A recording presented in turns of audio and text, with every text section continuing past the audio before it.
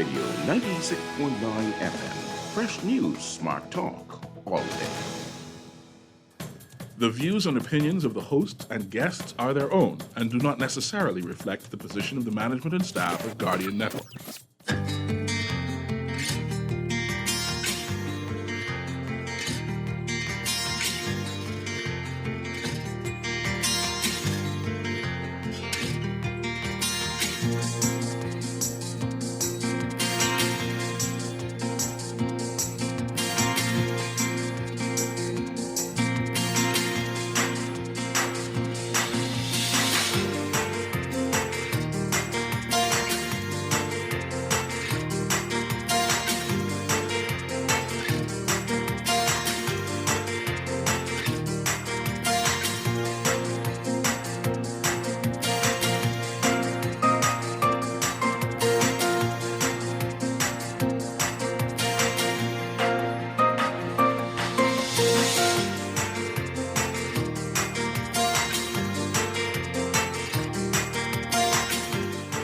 Good morning. More reaction to the assassination of the Haitian president, as Amnesty International is worried that violence could escalate in Haiti. And that crashed jet in APCO was reported stolen, according to police. It's all straight ahead this morning. I'm Dwight Strachan, and this is Morning Blend. Wake up, it's a new day. Wake up, it's a new day. It's the start of a new way. You know that it's here. It's the start of the end of the old way. Revolution. Wake up, it's a new day. Wake up, it's a new day.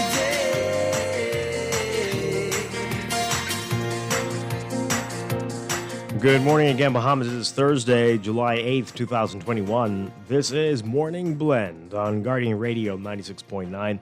Again, I'm Dwight Strachan. In a moment, Laverne Gardner will be joining us. Also this morning, as we approach Independence Day, we are reminiscing this morning. We've got a panel of Generation Xers who are going to be remembering the Bahamas in which they grew up. Things that millennials and Gen Zers will have no idea used to happen. We'll talk with them this morning. And then later in Morning Blend Business, we've got the Department of Environmental Protection. They're talking about their access and benefits sharing initiative, where things stand at this point. It's all straight ahead this morning. But first, it's time for the overnight, the latest breaking news from while we were sleeping, and the top national and international headlines this morning.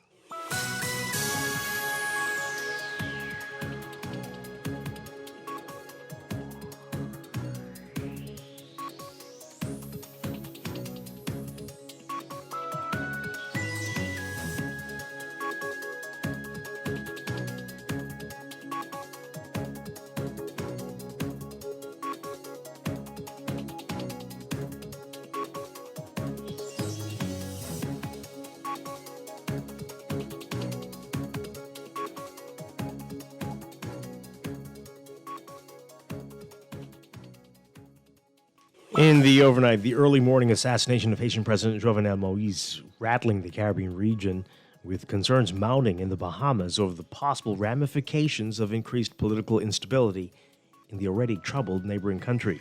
Leaders across the globe reacted with horror at the news that the president had been brutally murdered at his home, located in a prominent neighborhood on the outskirts of Port-au-Prince. Moïse's wife, Martine Moïse, was also shot and injured during the attack by a group of men who appeared to be foreigners, according to reports. Contrary to earlier reports, she did not die, but she was flown out of the country to Miami for further medical treatment. Haiti's borders and its international airport were closed, and martial law was declared in the aftermath of the event. The Dominican Republic also closed its border with Haiti in light of the assassination. The Bahamas' borders have been closed to travelers from Haiti since earlier this year, with the government citing concerns over COVID-19 and the low level of vaccination in Haiti. The Bahamian embassy in Port-au-Prince was also closed yesterday morning, according to Minister of Foreign Affairs Darren Henfield, who assured that the 4 Bahamian diplomats in the country were all safe. Prime Minister Dr. Hubert Minnis, among those leaders who condemned the assassination, said in a statement that, quote, the government of the Bahamas is deeply saddened by these developments and strongly condemns the actions of the perpetrators. We offer our deepest condolences to the government and the people of Haiti. Minnis said that he had been in contact with CARICOM Chairman Gaston Brown. With tens of thousands of Haitians migrating to the Bahamas in recent decades, many of them fleeing poverty, the two countries have deep cultural ties. The ceaseless flow of poor migrants has bred contempt and resentment among many in the Bahamas who view irregular immigration as one of the most pressing issues facing the country. Meanwhile, Amnesty International, expressing concern over potential escalation of violence in Haiti following the assassination, it called on the international community to provide help to Haiti and help to de-escalate the violence. In other news, the IAI Westwind jet that crashed and burned in flames in Treasure Key, Abaco, killing two Bahamian pilots Monday, was reported stolen to police a day later. Chief Investigator of Air Accidents, Delvin Major, also revealing yesterday that there was no record on file to show that the Bahamian pilots had the required rating to fly that aircraft. Major says two American pilots flew the jet into Abaco on July 2nd. Immigration officials later took the pilots into custody, according to Director of Immigration Clarence Russell. The men reported that half an hour before their release, they learned that their plane had crashed. Investigator Major says that once all of this occurred, the investigation was turned over to police. The NASA Guardian understands that the two pilots who died in the crash were Levan Paul and Jason Allen. Asked if the pilots possessed the necessary qualifications to fly the jet, Major says that so far they're unable to determine this while they were doing their safety investigation side of it. In a statement yesterday, police say that they received a report that a 1984 white and brown trim Israel 8-seater plane with registration number N790JR was stolen from Treasure Key International Airport. Police said the plane that crashed on Monday was later identified as that reported stolen plane with an estimated value of $300,000. That plane was flown from New York to the Dominican Republic on June 26th, according to its flight logs. Then on July 2nd, it flew from the Dominican Republic to Abaco, and on Monday was scheduled to fly to Linden Pilling International Airport here in Nassau. According to eyewitness reports of the crash, the jet attempted to take off but did not gain any altitude. And Princess Margaret Hospital is in crisis mode as a result of a lack of resources, understaffing, and overcrowding with COVID patients, according to the Consultant Physician Staff Association President, Dr. Sabrika Pinder-Butler. She's urging the government to act fast before the public health care system collapses.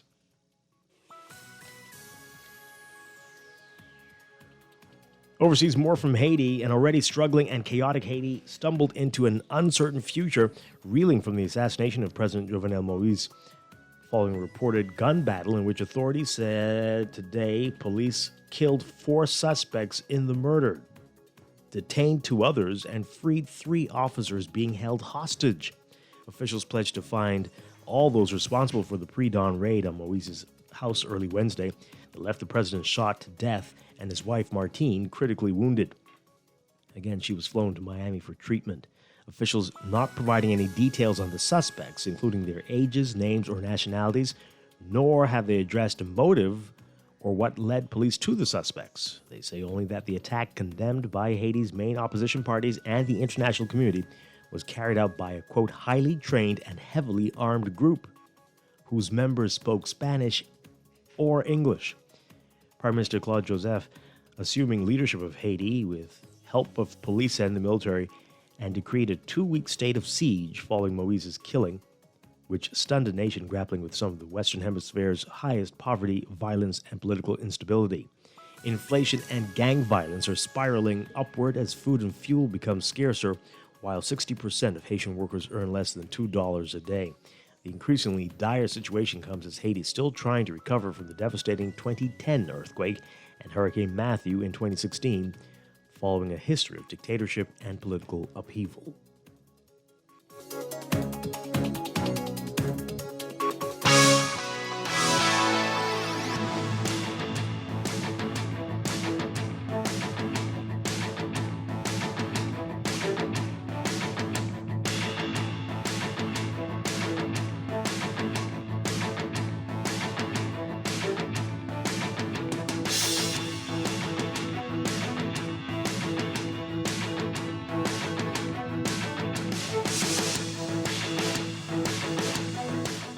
In sports, Alonzo Russell and Donald Thomas have been added to Team Bahamas for the Tokyo Olympic Games, both qualifying by world ranking points during the qualifying period for the Games. The two Grand Bahamians joining the list of 14, bringing the total number of athletes to 16 for Team Bahamas for the Olympics. In just a few days, running from July 23rd to August 8th in Tokyo. There are 14 track and field athletes and 2 swimmers. Despite being in a 7-way tie for 80th on the World Athletics top performance list for 2021, Russell was able to secure enough ranking points over the course of the qualifying period to make the field of 48 quarter-milers heading to Tokyo. A total of 17 qualified via the men's 400 meters. And the entry standard there, 44.90 seconds. 7 more got the nod through the universality places, which allows for nations without Olympic qualifiers to send athletes to the Olympics. And the final 24 qualified through world rankings. The 29-year-old Russell was able to average 1,181 points through the meets he competed in during the world rankings period, which came to an end in June 2021. You can read more about this and how Donald Thomas did in today's Guardian Sports section. And more from the Olympics overseas. IOC President Thomas Bach arriving in Tokyo today just as a ban on spectators at the Tokyo Olympics is likely after Japan's Prime Minister Yoshihide Suga announced a state of emergency because of rising coronavirus infections in the capital. Prime Minister saying that the state of emergency would go into effect on Monday and last through August 22nd. This means the Olympics opening on July 23rd and running through August 8th will be held entirely under emergency measures. The Paralympics begin on August 24th. Bach largely avoided cameras at Tokyo's airport on a rainy afternoon, went to the International Olympics Committee's Games headquarters in Tokyo, a 5-star hotel in the center of the city. He's reported to need to self-isolate for 3 days. His arrival comes just 2 weeks before the postponed Tokyo Games are set to open.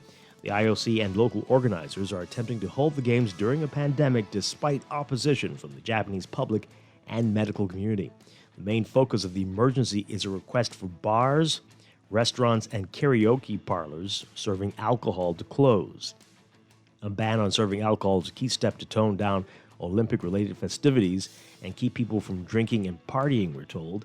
And Tokyo residents are expected to face stay-home requests and watch the Games on TV from home. And from hockey, Lightning strikes twice. Tampa Bay repeats as the Stanley Cup champion. Quieting the din inside Amalie Arena for just a moment, Gary Bettman looked over the Tampa Bay Lightning last night and reached back into the dark days of the pandemic. Perhaps for one last time, the NHL commissioner beckoned not just Captain Steven Stamkos, but the entire team over to hoist the Stanley Cup as champions once more, a far cry from the tradition of presenting hockey's holy grail to the captain to take back to the team. But it was a familiar sight for the back-to-back champions, even if it was different in every possible way. After the Lightning beat the Montreal Canadiens 1-0 on Wednesday night to end the final in 5 games, Stamkos hoisted the cup in front of 18,110 fans. Again, more than the last time he did it back in September. That's sports, and that's the overnight. Time for your first look at weather.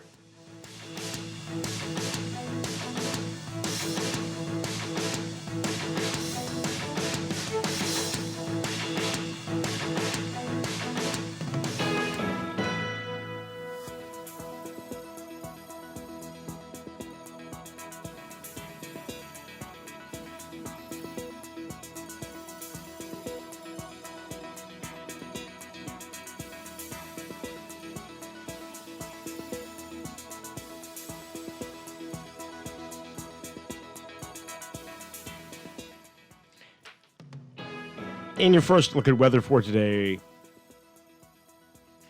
residual moisture from Tropical Storm Elsa continues to linger over the northern Bahamas. Meanwhile, building high pressure generates moderate to locally fresh winds through tonight. Boaters in the northwest Bahamas should remain alert for water spouts. Beachgoers should exercise caution along east and south coast beaches due to the risk of rip currents. And everybody, again, being urged to limit outdoor activity and remain hydrated as heat indices will continue to climb into the triple digits again today. For today, for the northwest and central Bahamas, look for variably cloudy, very warm, and breezy conditions with a few passing showers and the chance of isolated thunderstorms through tonight. Smallcraft caution in effect for you boaters. Wind southeast to south at 15 to 20 knots, seas 4 to 6 feet. For the southeast Bahamas, partly sunny, hot, and slightly hazy, and very breezy with a light chance of a stray shower, becoming mostly fair tonight. Smallcraft advisory remains in effect. Winds east to southeast at 15 to 25 knots, seas 5 to 8 feet. Temperature-wise, we are at about 81 degrees in Nassau, 81 in Freeport. Look for highs getting up to around 91 Fahrenheit, 33 Celsius today. The heat index will be up to 104 Fahrenheit, 40 Celsius. Overnight lows tonight getting down to about 77 Fahrenheit, 25 Celsius. That's your first look at weather this morning. We'll have your extended outlook and a look at the tropics coming up after traffic in just a bit.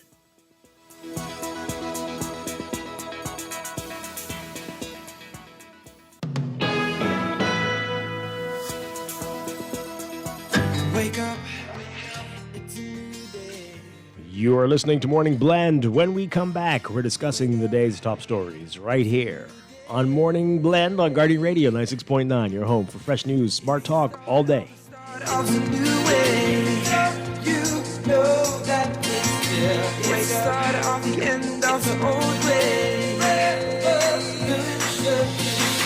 Wake up, it's a new day. Technology serves to make our lives better, so why not your business too? At Custom Computers, we've been maintaining our knowledge and relationships with top tech companies since 1987 and carry only the most trusted brands like Apple, Microsoft, HP, and more. No company has helped more businesses build reliable IT systems than Custom Computers. You name it, we've done it. Call 396-1101 to talk to any of our business experts. Find trust in your tech. Count on Custom Computers. Let's face it, in an increasingly competitive market, your business needs a competitive edge. That means offering your employees the benefits they want. Give them the benefit of retiring their way with the RF Multi-Employer Pension Plan. Choose from some of the best performing investment funds in the market while taking advantage of low administrative costs and professional management. Whether you're a team of 2 or 2,000, our pension specialists can design a plan for you. Contact us at pensions@rfgroup.com to learn more about the RF Multi-Employer Pension Plan. RF, money at work. Stay a step ahead of technology with certainty and support from Custom Computers. Our know-how team is here to help you zero in on your next big tech purchase, finding solutions that take your productivity to the next level using only the best and most reliable brands. With 4 stores all across Nassau on East Bay, West Bay, Old Fort Bay, and Palmdale, there's no stopping you from stepping up your tech. Reach out to us at 396-1100. Find trust in your tech. Count on Custom Computers.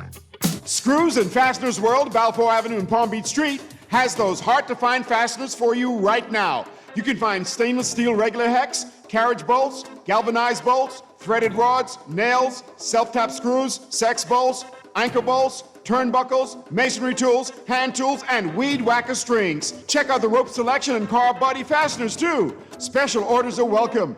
It's your #1 fastener store. Screws and Fasteners World, Balfour Avenue and Palm Beach Streets. Call 326-1976. RBC Royal Bank introduces our new Saturday banking services on Saturday, July 17th at Cable Beach, Carmichael, and Prince Charles, operating 9 a.m. to 3 p.m. New services will focus on helping clients with advice-oriented needs and getting them more comfortable with RBC digital banking. Cash will only be available through our ATMs and accepted for deposits via our ATMs or non-stop depository services. If you have questions, call our advice center at 356-8500.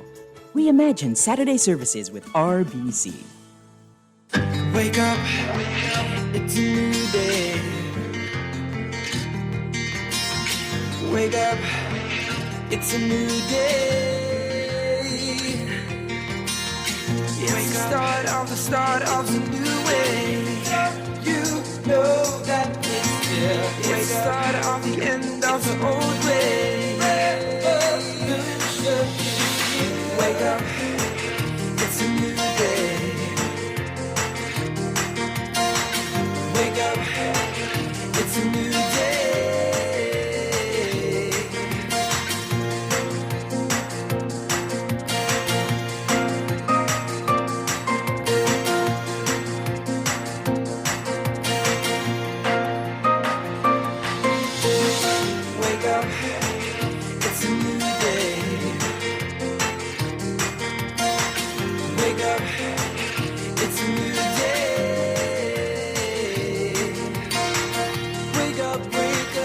Welcome back to Morning Blend here on Guardian Radio 96.9. We are streaming live on GuardianTalkRadio.com and on the Guardian Radio app for smart devices. Also on your televisions on Cable Bahamas Channel 969 and BTC Flow Channel 612. Once again, I'm Dwight Strachan. Joining me now, Laverne Gardner. Laverne Gardner, good morning. Good morning. How are you? I'm doing well. How are things up in Grand Bahama?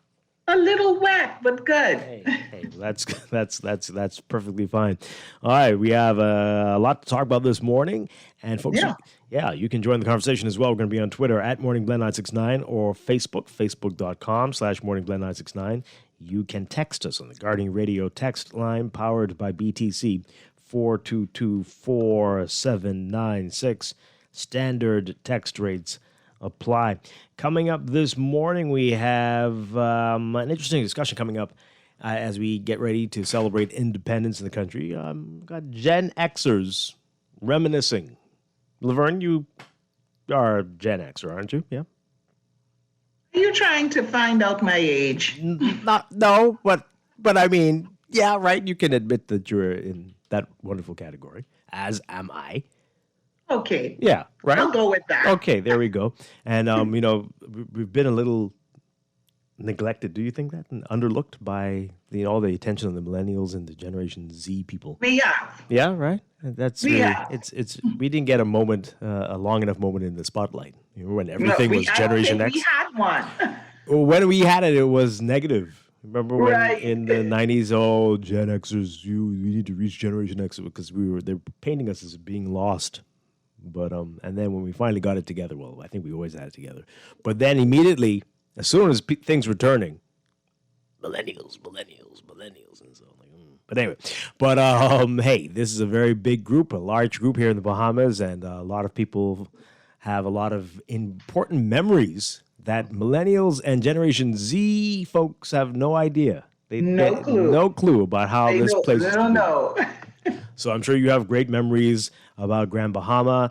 And Absolutely. so we're going to get into that this morning, and we have a panel, and we're going to talk about things here in New Providence, things that used to be, things that weren't, things that are surprising to us now because of where they came from. Some of the companies that were like really nothing much to talk about when we were younger that are running things now, and what's changed. And what we think that means looking forward to the future. So we're going to have an interesting discussion about that. And we want to hear from you all as well, if you fit in those categories. And maybe the baby boomers will try to sneak in on this conversation. You know, they like to do that. But yeah, we'll have a good talk this morning. That's coming up as we head into independence. And then later in Morning Blend Business, we're talking with the Department of Environmental Protection and Planning. They have been here before to tell us about their access and benefit sharing initiative. We're going to get an update on where things stand at this point. We've heard the horror stories before about what led to this, about companies coming in and taking advantage of what they found in our environment, and we get Nothing. So since this has become a law now, where do things stand? How are we looking? Are we making any headway in this? We'll get an update, as we said, this morning. That's coming up. So a lot to get to, but let's begin with what's in the news.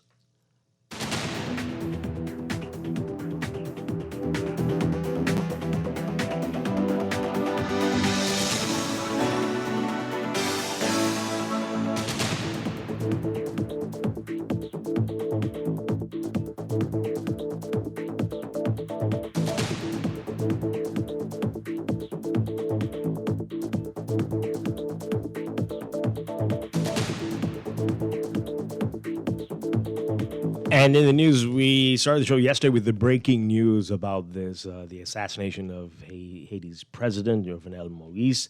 And it's been 24 hours now, and the world is continuing to react in horror to this. Assassinations of world leaders, not as common as some might think. And this is a big deal, of course, and just very, very sad. We've got lots of local reaction, and we want to hear from you about this as well. this morning. But take a listen to the official government response and what the Ministry of Foreign Affairs is saying about Bahamians who might be in Haiti as well. This report from our Jasmine Brown. We call for constitutional law to be observed in Haiti. We call for cooperation of all sides.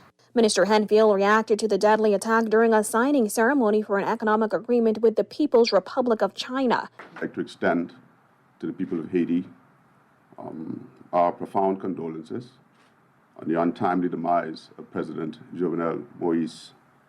I'd like also to assure Haiti of our prayers and our thoughts in this time of challenge for them. The Haitian government confirmed on Wednesday morning that Moïse was assassinated overnight during an armed attack at his private residence. His wife was shot multiple times and is hospitalized. In a statement, Interim Prime Minister Claude Joseph said the president's assassination was a highly coordinated attack by a highly trained and heavily armed group. He also vowed to bring those responsible to justice. Prime Minister Dr. Hubert Minist released a statement around midday saying the government of the Bahamas is deeply saddened by these developments and strongly condemns the actions of the perpetrators. We offer our deepest condolences to the government and the people of Haiti. Minister Henfield expressed similar sentiments while adding that all Bahamian embassy workers are safe and the office has been closed for now. We have instructed the closure of the embassy. We are working assiduously now on other plans as to how we move forward. We have 4 Bahamians in Haiti at the embassy, 4 diplomats. We were on the phone with them all morning discussing the way forward. They, in the moment, are safe, and we will announce plans as we move forward. He added that the ministry will continue to monitor the situation in Haiti. The Progressive Liberal Party also released a statement expressing shock and regret over the assassination that they labeled a heinous act of violence. Meantime, Dr. Minnis also noted that during a July Heads of Government of CARICOM meeting, the ongoing situation in Haiti was discussed and the group offered its assistance in finding a peaceful resolution to the political crisis. Reporting for Guardian News Network, I'm Jasmine Brown. All right, so let's get your reaction to this. I know yesterday was early. We didn't... We're just processing the information there. But let's hear from you. What do you think this means going forward? Again, we're hearing everybody around the world calling for calm. We're hearing Amnesty International express they are worried. And overnight, just I can only describe it as puzzling what we've heard happened yesterday after all of this in Haiti. The police there announcing they've killed 4 suspects and detained 2 others and freed 3 officers being held hostage. The director of Haiti's National Police, Leon Charles, saying, quote, "The pursuit of the mercenaries continues. Their fate is fixed. They will fall in the fighting or will be arrested." Now, officials did not provide any details on the suspects, including their ages, names, or nationalities, nor did they address a motive or what led police to the suspects. They said only that the attack condemned by Haiti's main opposition parties and the international community was carried out by a highly trained and heavily armed group whose members spoke Spanish or English. Okay, so again, let's get your reaction to it. 323-6232, 325-4316, 325-4259. Tweet us, Facebook us, text us, 422-4796. I want to say this. Yesterday on the show, we got a text, didn't read it, came in later, we'd already moved on to another issue, but somebody asked, why is the assassination of the Haitian president making local news in the Bahamas? And I'm like, it's news. It is news. It's news everywhere. News. Everywhere in the world. Is news. A president, a prime minister assassinated is news. Big news. Doesn't matter what country they're from. We're going to report the news because that's what you're supposed to do. And that same person would carry on very badly if no other country, God forbid, reported the assassination of one of our leaders, right? They would carry on. But I don't understand people. So I thought that was going to be the end of it today. That's a very confused person. But the first text we get this morning, very first text, this is, oh boy. I'm going to be upfront and honest. I don't like Haitians. Many of them have become arrogant and bigoty. I wish the government would be like the former PLP minister Loftus Roker, round them all up and their children and deport them all. That's the first text for the morning.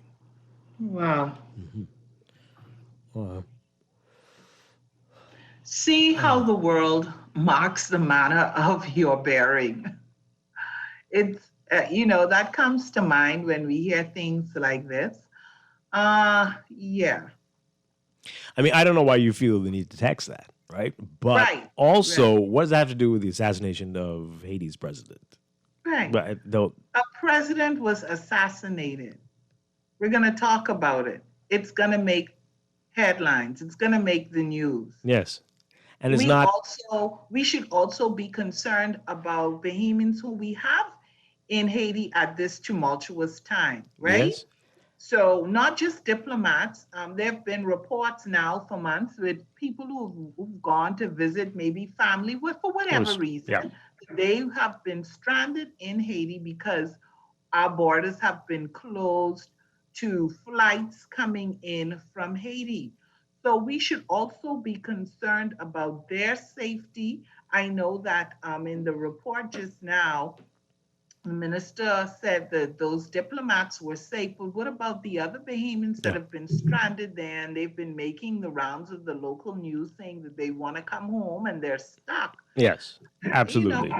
So think of it from that level. If that is the only way that you can feel any sort of empathy, maybe consider that. I mean, and it's sad that you have to go there to maybe empathize, but whatever. And also, I mean, again, it's not the assassination of a president on the other side of the world. It's not Afghanistan or something. It's Haiti, which we have this extreme connection with. We know that everything that happens in Haiti impacts us here, and that this type of instability could mean another influx of illegal migration, right? So we have to be very concerned about what happens there. And I still don't understand how people can be so myopic here. I really don't. But again, it is big news. It's big news all over. It is not a common event, not as common as people might think. And since the start of this new century, I think we've only had 5 assassinations of world leaders. 5. Compared to the last century when that was like an annual event, it seemed. So this is, right, the world seems to have changed a bit. Right, this is not the way to deal with somebody that you don't like. Yeah, there've been lots of coups. Apparently, it is. Right, there are lots of coups. That's been happening. That happens. Right. Violent uprisings, sure, but you don't need to kill the people.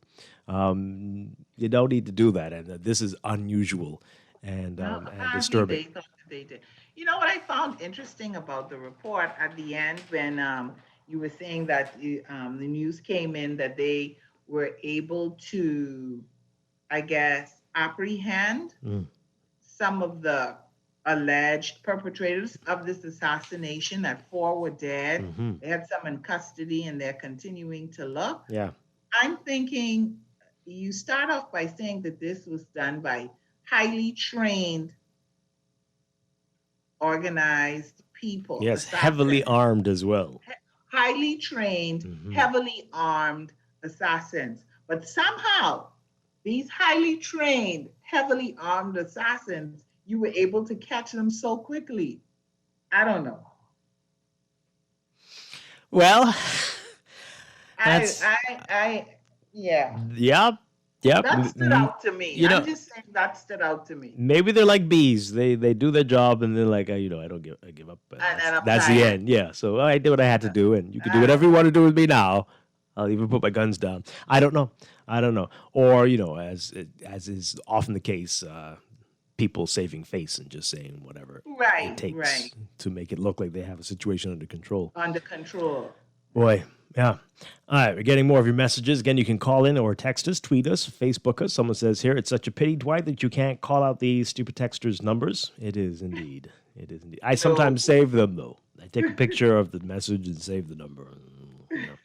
This one says, man the border, that's the most we do. We are sympathetic. Man the border. Oh, man the border. That's the most we can do, I guess. We are sympathetic, but we can't carry them. It's just too much. Well, no one's saying that we should do that. Not one person Right. is saying that. Yeah. Right. We're not saying that, but Yeah. This one says here, it is extremely saddening to see the recent events in Haiti. It surprises me that we in the region continue to ignore the involvement of larger countries like France, China, and even the U.S. that seek to destabilize developing countries for their own interests. Okay. Well, okay, I hear you. Ignore the involvement. Well, that's an interesting statement. Okay, we'll get back to that. Let's get back to that. This one says here, to add to the complications, Haiti has not vaccinated anybody for COVID-19 in Haiti to date. Is that right? Not one person? I got to check that one. I know it's very low. It's probably the lowest in the Western Hemisphere, but I don't know if it's not one. Anyway, but okay, it's low. Indeed. All these text messages. Okay, so yeah, the people who said those things are being ignorant and ill-informed, right, and misguided. But now we don't need to come back and totally insult them like this, texters. So yes, but anyway, I will edit some of this. I don't want to say this is taking us down to some dark territory. But someone says, "Why are you surprised? We have a bunch of some." Forget Haitians. They're forgetting that Haitians are human beings. So we have a sick nation. Yeah. This text here, when you keep fixing things for your child and making excuses for them, nothing improves. As a matter of fact, that child continues to spiral out of control and gets further into mess. I draw that analogy to Haiti. Haiti and Haitians need to take responsibility, and be accountable for their country. They've received help. They have advocates, but every time you hear news about Haiti, it's about violence against their own.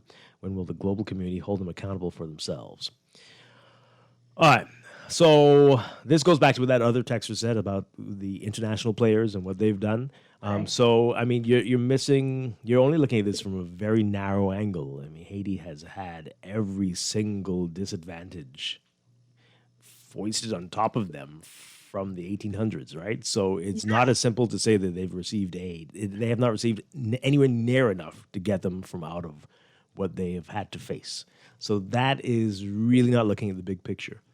And we need one of those countries that previous texter said, especially France, to be held accountable for what they did. Yes, absolutely. And they have not done that yet.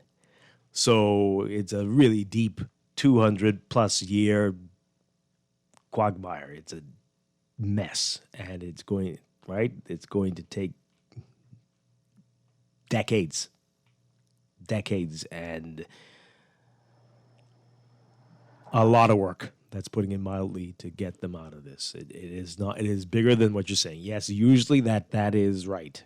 Usually that's right. But when that child that you talk about has had every horror, has had to face every single one, including terrible natural disasters, it ain't that easy. It ain't that simple. Not at all. Boy. All right.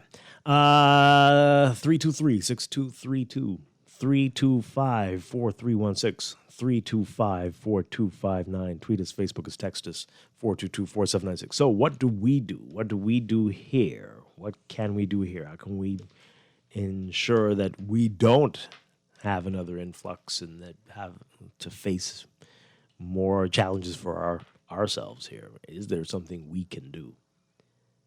Let's talk about it. This texter here, oh boy, same texter. Please stop making excuses. 209 years. Yeah, you don't get it. And then I invite you to read some books about what's happened there, and yeah.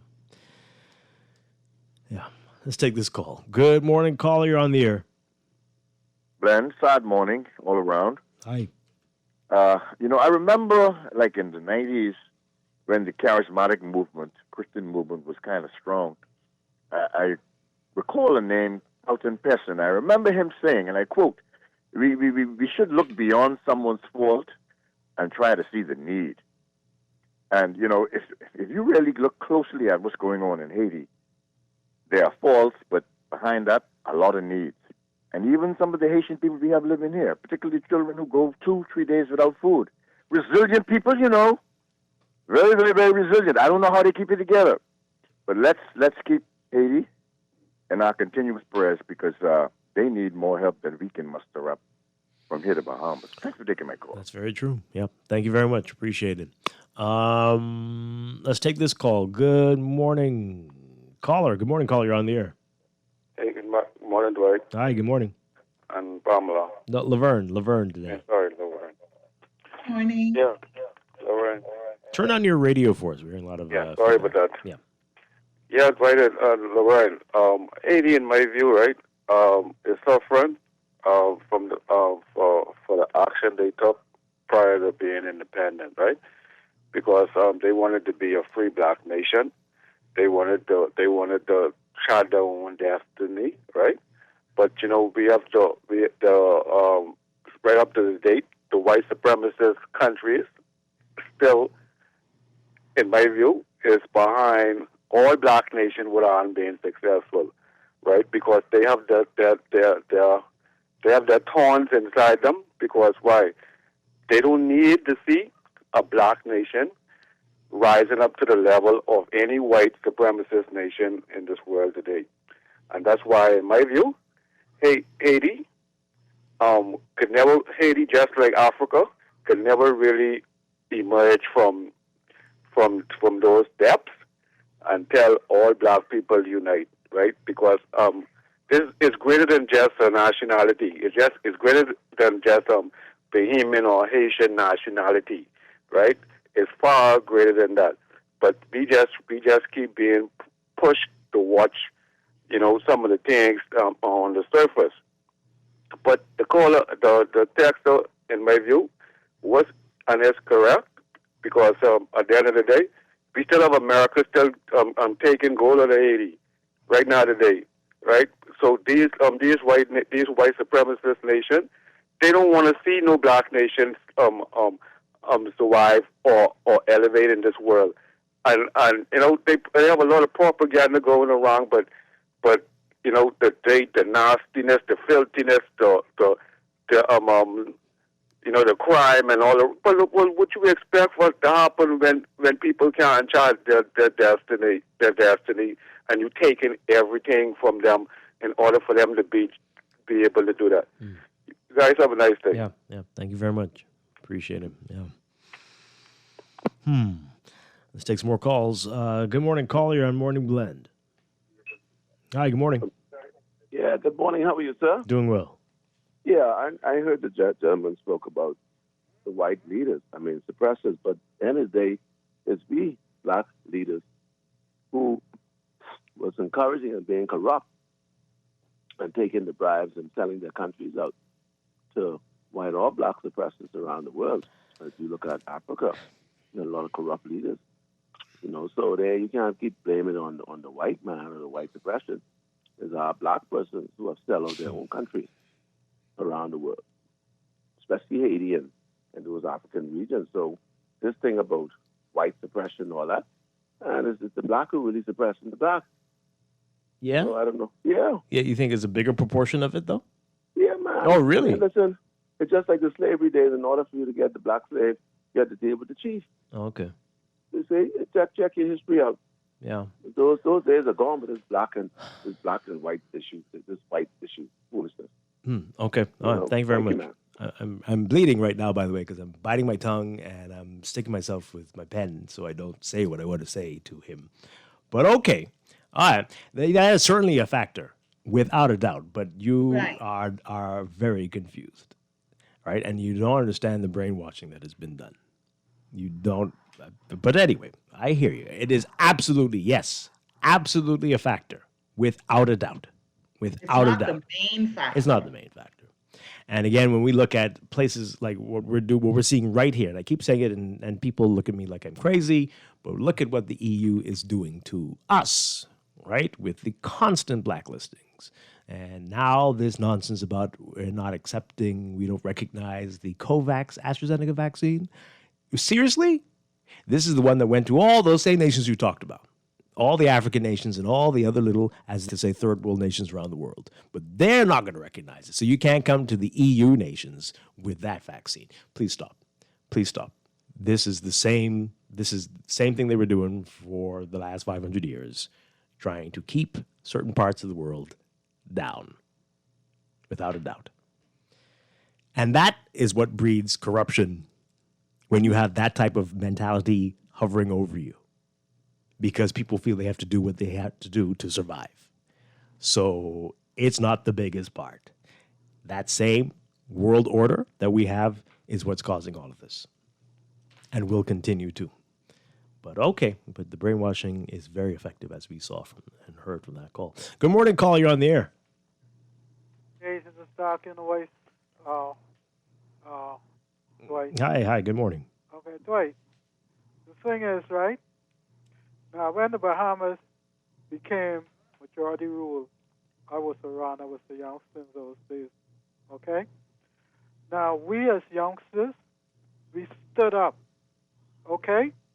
There was nothing here like that, but we had the mind to make it better for our people. Now, Haiti, right? They were here. They have a lot of factories and stuff. You know what I'm saying? The thing is, the brother talked about us, right? The black nations. The thing is, it is, I am a leader problem causing us to have the type of problem we are having. Okay? It's definitely contributing to it. Dwight, what you said? It's definitely contributing to it. Yes, absolutely. Right. And the thing is, we can see the leaders hooking us up with those nations, those conventions. They're not asking any question. They're not coming to us and asking us anything, or they're not telling us anything. They're just doing their own thing and think we are children. And it's the same thing are happening in Haiti. Okay, in Haiti, the thing is they have a lot of, what you call firms from different nations that established there and making money.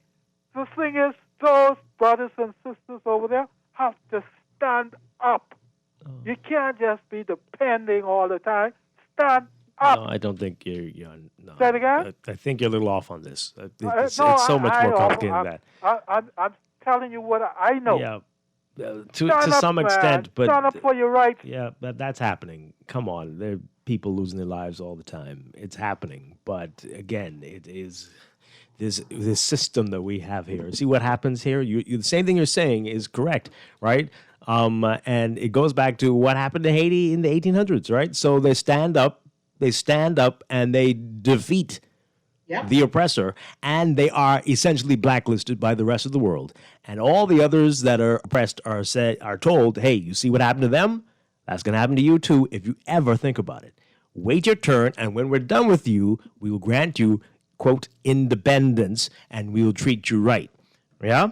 And so this is why so often we see our leaders just bending over backwards to accommodate. Yes, please don't blacklist me. Please don't put me on that list. I don't want to be out there in the wilderness. Oh my God, I don't want to be a rogue nation like you know who.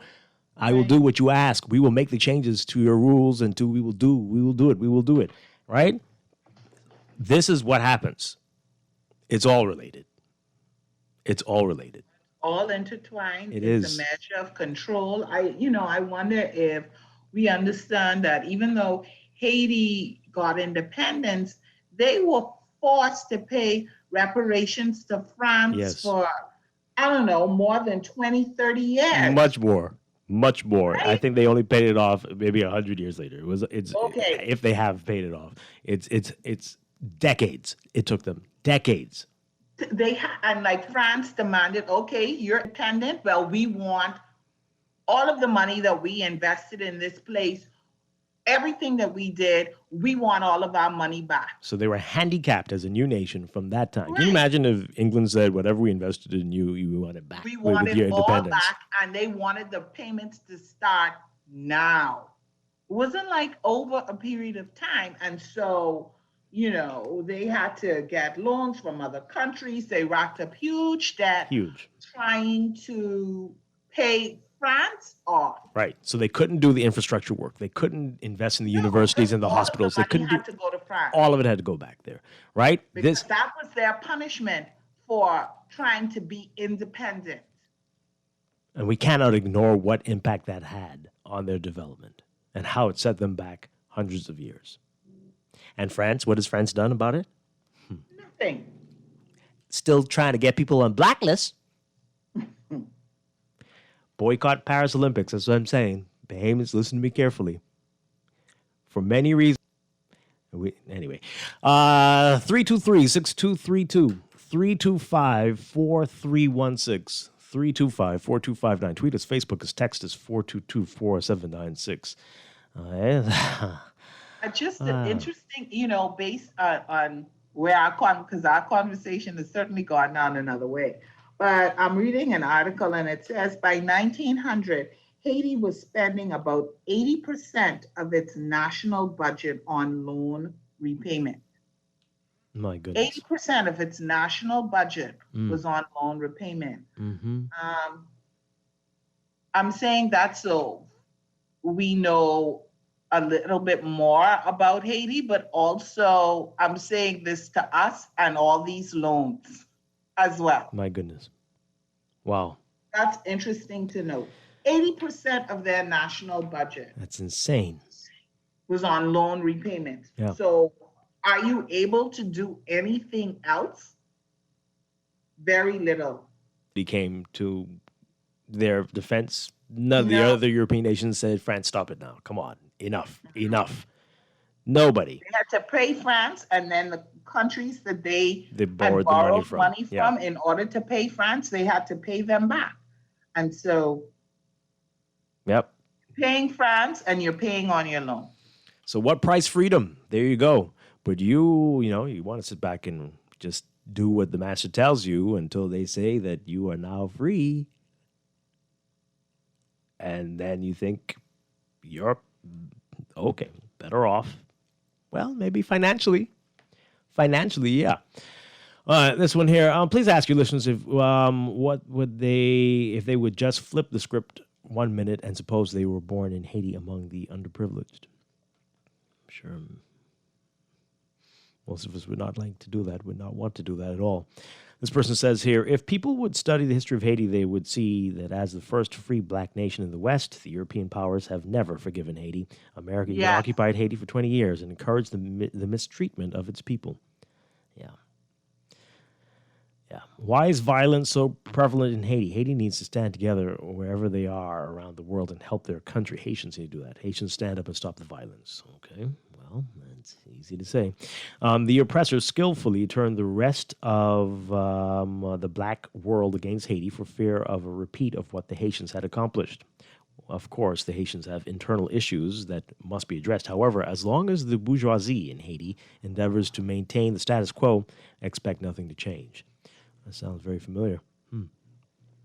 Okay, this is a crazy text here saying that they are a spiritually cursed nation because they practice voodoo. That's insanity here. I don't always agree with you, Dwight, but you're onto something with boycotting the Paris Olympic Games. Yeah, for us and for Haiti as well, and for so many things, so many reasons, and not just because there's so many countries who should do that. Yes, absolutely. Do exactly. Absolutely. That. I believe the U.S. should as well, actually.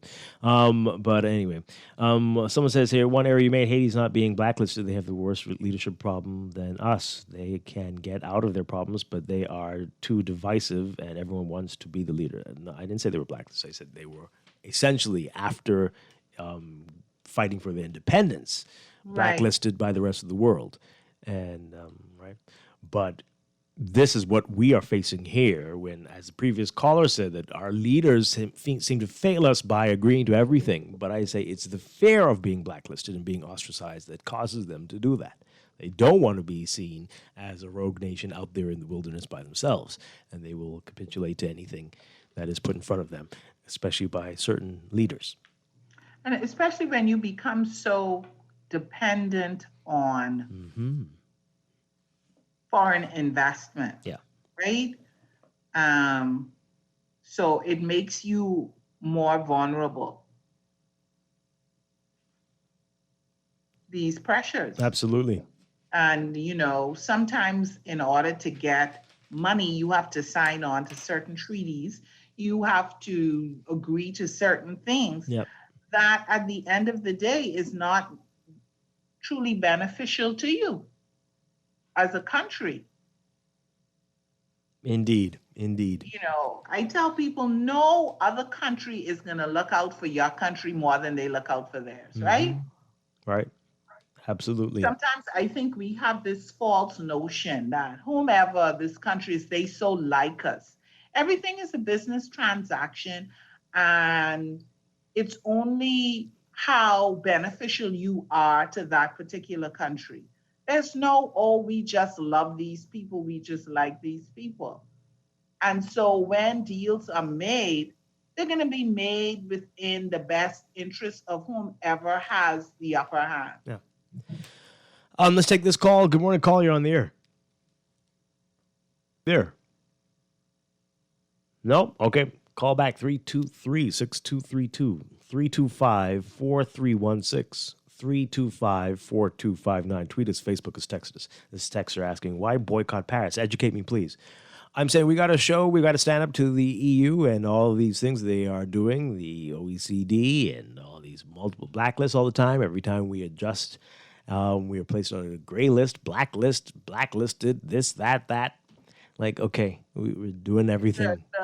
The standard keeps moving. It keeps moving. Don't you get that feeling? Like as soon as you think you have everything, okay, we get an announcement, we've complied with everything. Yeah. And then 6 months later, a year later, the measuring stick, oh, you know that commercial, oh, you almost got it. Right. Yeah, right. It's like that.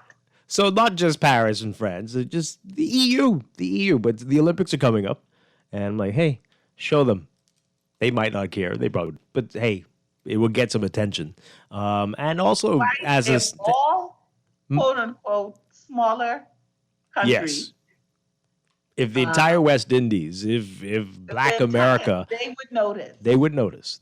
It would be a story, and also as a statement to in support of Haiti and what has happened, right. What has happened, all of that, to show them a message. Like you've bullied the world long enough, EU nations.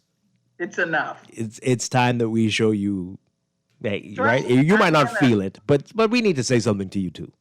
It's time. I think we're low-key starting a revolution. Why not? It's about time. It's about time. You know when people have that's what we're doing. Died in their wars. They've taken these people from these countries to go and fight their wars, most of them like World War I, making little sense.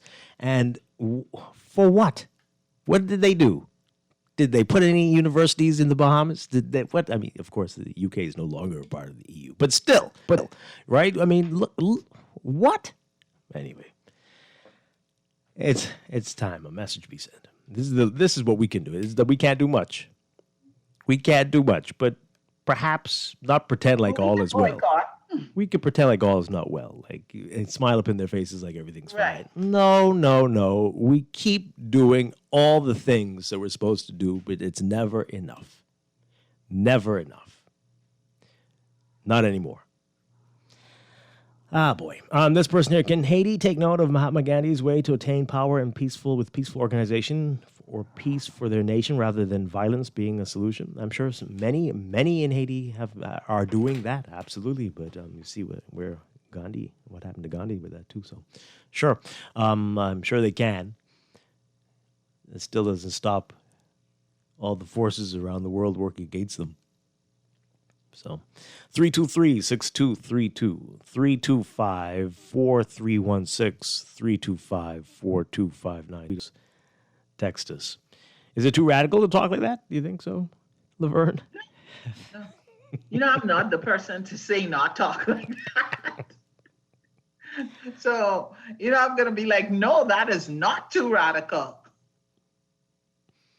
I'm going to do a show on this with the financial community to see what they say. What if we did that? So we've had enough. All of your different bodies always trying to. What if we said, okay, we're done. We're boycotting and we don't care anymore about your blacklist everything. Yeah, what now? What would happen? Sure, they would not like that at all. They would not like that at all. But maybe we could just not buy the wine.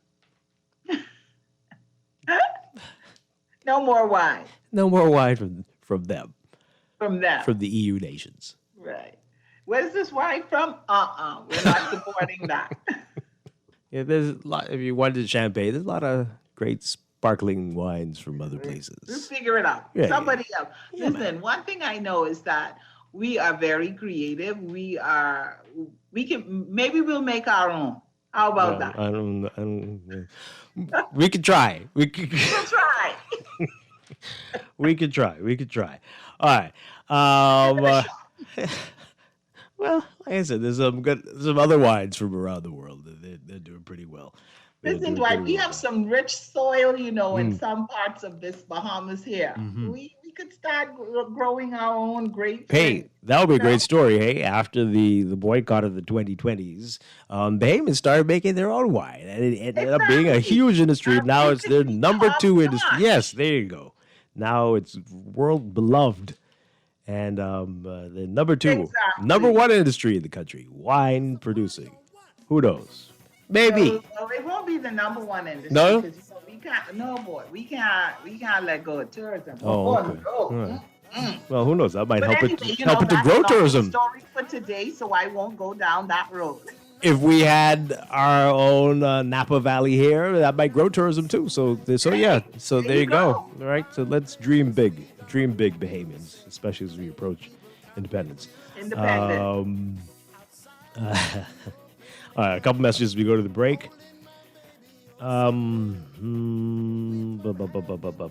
Yeah, I thought you were a fair and objective talk show host, so our lives only consist of the physical. You did not read my text in its entirety about the Haitian people being cursed because of their voodoo practices. Yes, I did not, because it was crazy. But you got me to read that part there. Everybody, this person says Haiti's cursed because of voodoo. You got it? Okay. This one says here, Haiti's issues are internal now. Yes, they had a hard pass, but that's not their current problem. If the PLP wins the election, we will not try and... Oh, boy, what's going on here? Okay. What? I don't know if I want to read the rest of this. Okay, all right. This one says here... Yes, we were all wondering about that. Isn't the chief executive officer of any country covered by bodyguards nearly 24/7? Yes. What is that all about? And many are wondering as well. So we will learn more, I hope, over the next few days about what exactly is going on there. So it's a very scary situation. There is a lot about what happened and how it happened that, people are questioning, are calling into question. But, we kind of let off just talking about the fact that in any event, it was a tragedy, Absolutely. But the circumstances around it, many people are questioning. Definitely. All right, we're going to take a break. When we come back, we're going to be talking, we're going to be reminiscing. We're going to be looking back at how Nassau, how Freeport, how the Bahamas used to be over the past 20, 30 years, what's changed as we look back forward to independence and the celebrations this year. That's coming up after the break. Stay with us. This is Morning Blend on Guardian Radio 96.9. Like this so long, keep playing that sweet, sweet song. So many people out here look like we having a fair. We having a party in the backyard. Whoa, party all night long. Whoa, break and scrape until the morning come. We're gonna party till the break of dawn. We're having a party in the backyard. This is Guardian Radio, your station for up-to-the-minute news, intelligent, interactive, and engaging conversation. 96.9 FM.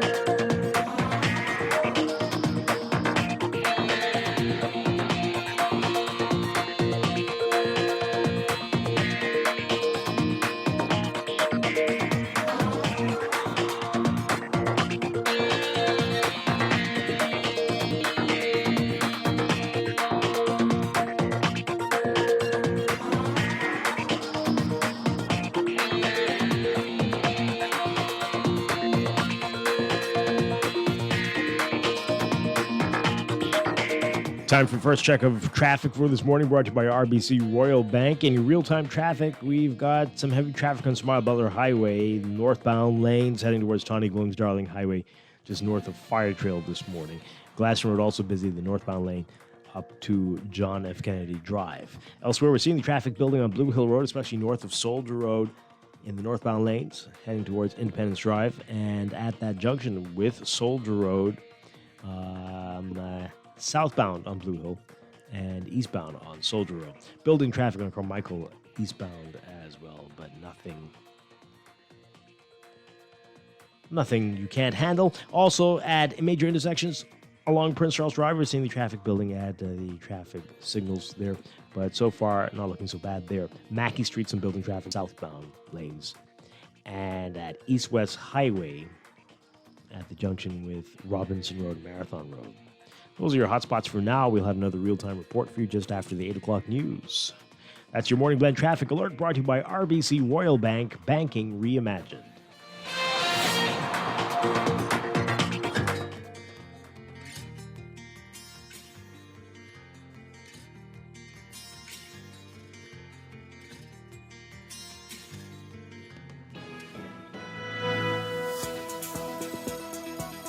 And we've got another check of your weather for this morning, brought to you by Rev Cable Bahamas. We've got residual moisture from Tropical Storm Elsa that continues to linger over the northern Bahamas. Meanwhile, building high pressure will generate moderate to locally fresh winds through tonight.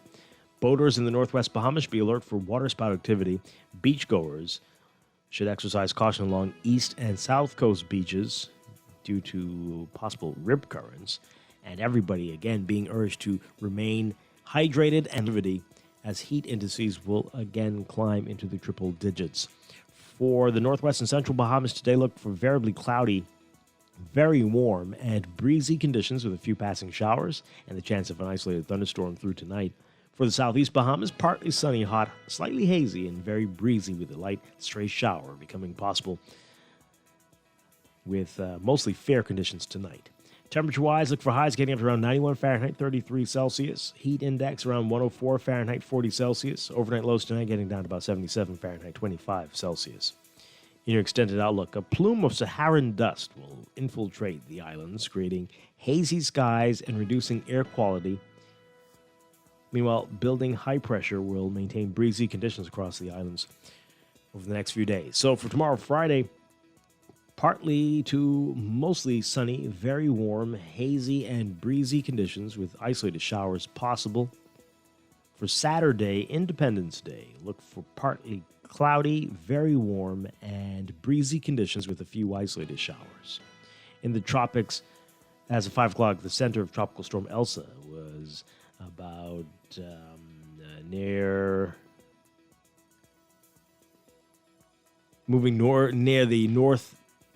80 miles per hour with maximum sustained winds near 40 miles per hour, impacting the southern United States. Elsewhere, tropical cyclone formation not expected through the next 5 days. That's your Morning Blend weather check brought to you by Rev Cable Bahamas. Rev, you and us together. We're back after these messages.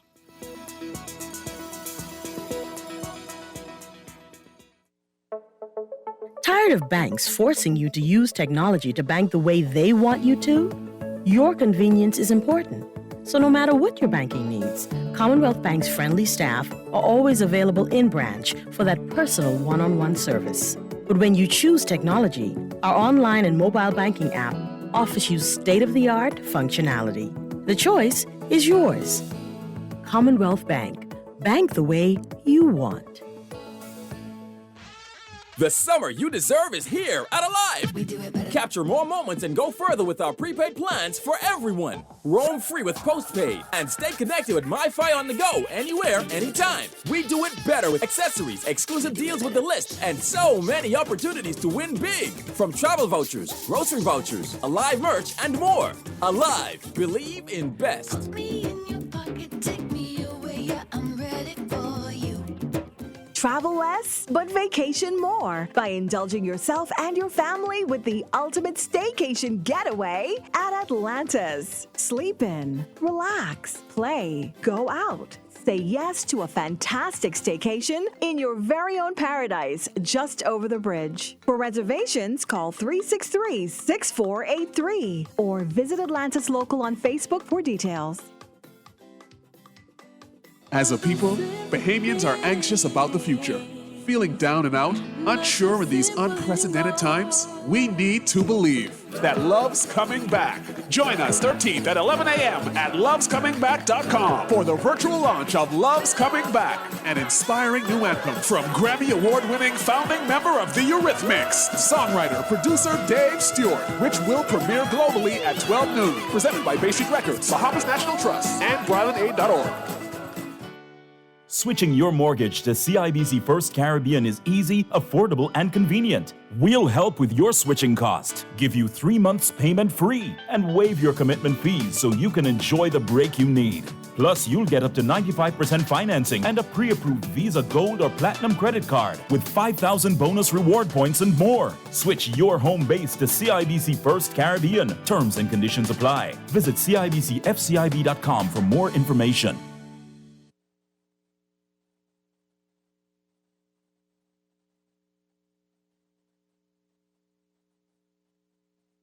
Tips for keeping children healthy.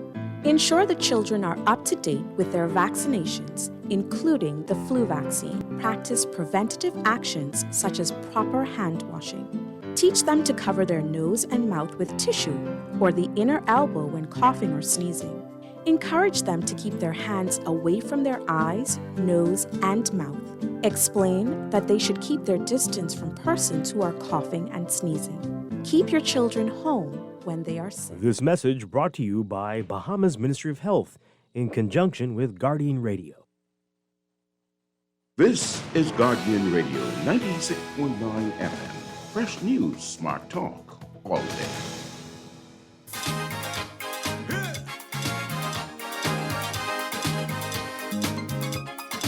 Yes, man.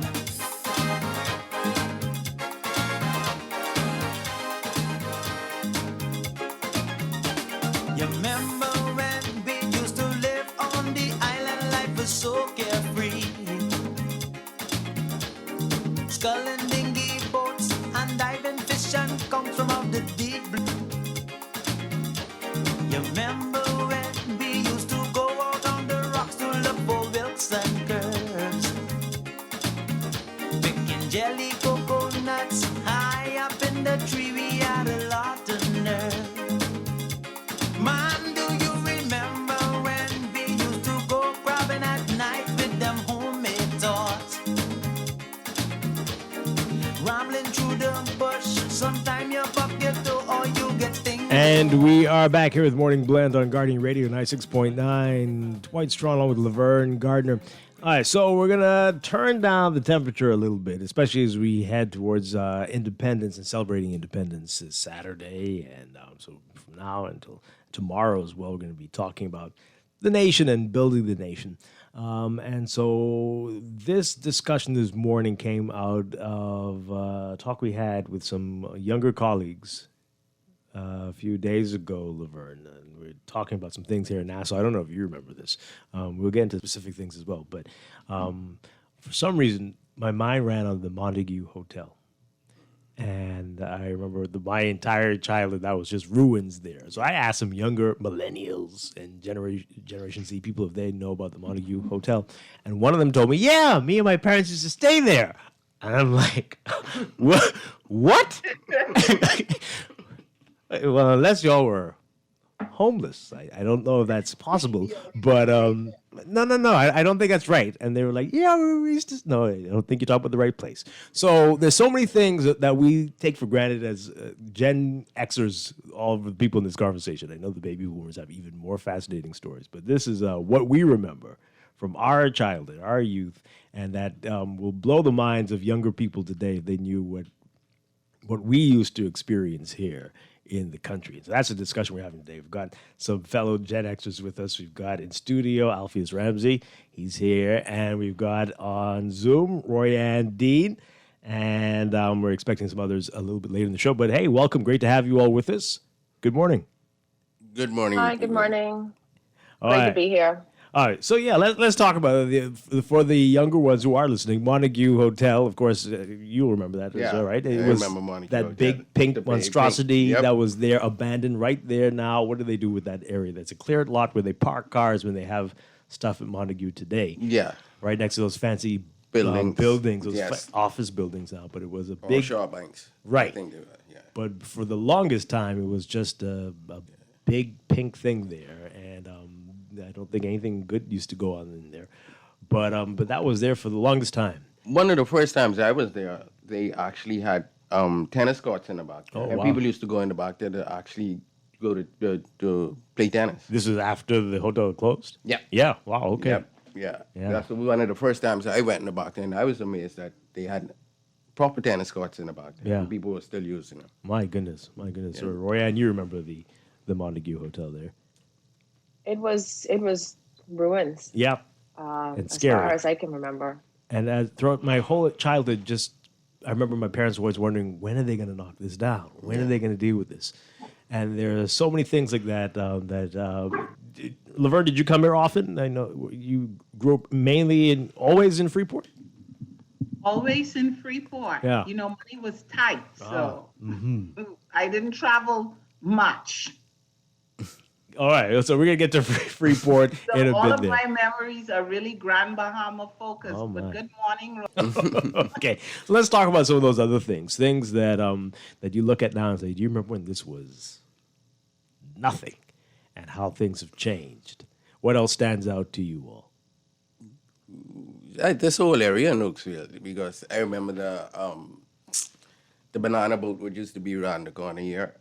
And I went to school at the Bahamas Hotel Training College, which was at C.C. Sweeten in the back. Right. And I know nobody remember that. I've heard about it. Yeah. I went there, and then where Commonwealth Bank was, I think that's the Cat and Fiddle, was the Cat and Fiddle. Is that That right? building was there for decades until they bulldozed it down. Really? I don't know if you remember that. I do not. See Yeah, that? my producer remembers. See All right. that? I remember all these things. So even when Bay Street used to go two-way. Yeah. Shirley Street used to go two ways. I remember that. Yep. Yeah, I remember So that. this kind of stuff. So it's amazing how Nassau has changed, and the younger folks don't remember these things. I was talking to some I was talking about Michael Thompson. It's like, boy, who that is? Oh no. I was like, God, you know. I say, all right, let me bring your memory to where it's supposed to be. I say, you know, Clay Thompson? Yeah, we know him. That's his daddy. And he is a Bahamian. I was like, jeez. God, we really have to, we have these heroes and these places in Nassau, and we don't really share them with the younger generations. It's very sad. It's very sad. We've got another Gen Xer joining us this morning. She and I work together, and we are often reminiscing and talking these old stories that the young people in the office look at us like these two old heads. But Siobhan Moss is with us this morning. Good morning. Good morning, Dwight. Great to have you with us. Thank you. Morning, Alpheus, and everybody that's listening. Yeah, you got to put on your headphones. We've got Royanne and Laverne with us on Zoom. Hey, Royanne. And Laverne. Hi, Laverne. Morning. All right, so we already talked about Montague, but of course, you remember when the malls were being built? Yes, That was all Bush and Marathon. I can tell you, remember now, it started with Town Center Mall. And that shifted the focus from Bay Street totally. Yeah. And then after that, like, Marathon Remember was when- built. Yep. Townsend Road was the place to be, if people could imagine that. Remember the Christmas displays they used to have? It was amazing. Yes, yes. So the development, if you want to call it, or the advancement has totally shifted a lot of things that these young people know nothing about. Yeah. All right, so we're going to break for news. When we come back, we're going to talk about more of this and some of the businesses that have completely transformed themselves over the past 30 years. Some places that were minor players when we were growing up, the biggest stores in the country. And there's a lot of those, and I think a lot of young people will be very surprised at how certain people used to be back in the 80s and how they are now. I pulled it out of the memory banks for you, Dwight. Yeah? Yep. Okay. All right, so we're going to get into that. And we're going to talk about Freeport. I have some memories, my first memories of Freeport and how it was back then. So we have a lot to talk about as we look back. This is Morning Blend on Guardian Radio 96.9. Yes, man.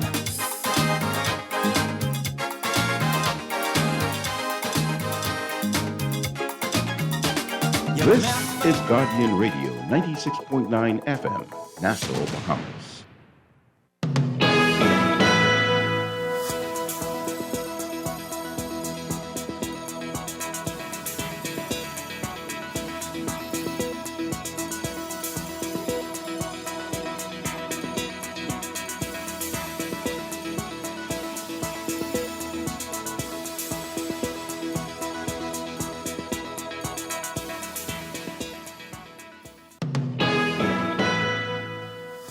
Welcome back to Morning Blend here on Guardian Radio 96.9. We're streaming live on GuardianTalkRadio.com and on the Guardian Radio app for smart devices. We're also on your televisions on Cable Bahamas Channel 969 and BTC Flow Channel 612. You can tweet us at Morning Blend 969 or Facebook.com/Morning Blend 969.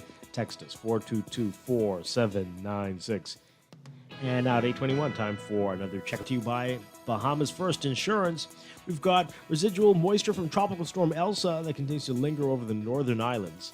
Meanwhile, building high pressure will generate locally fresh winds through tonight.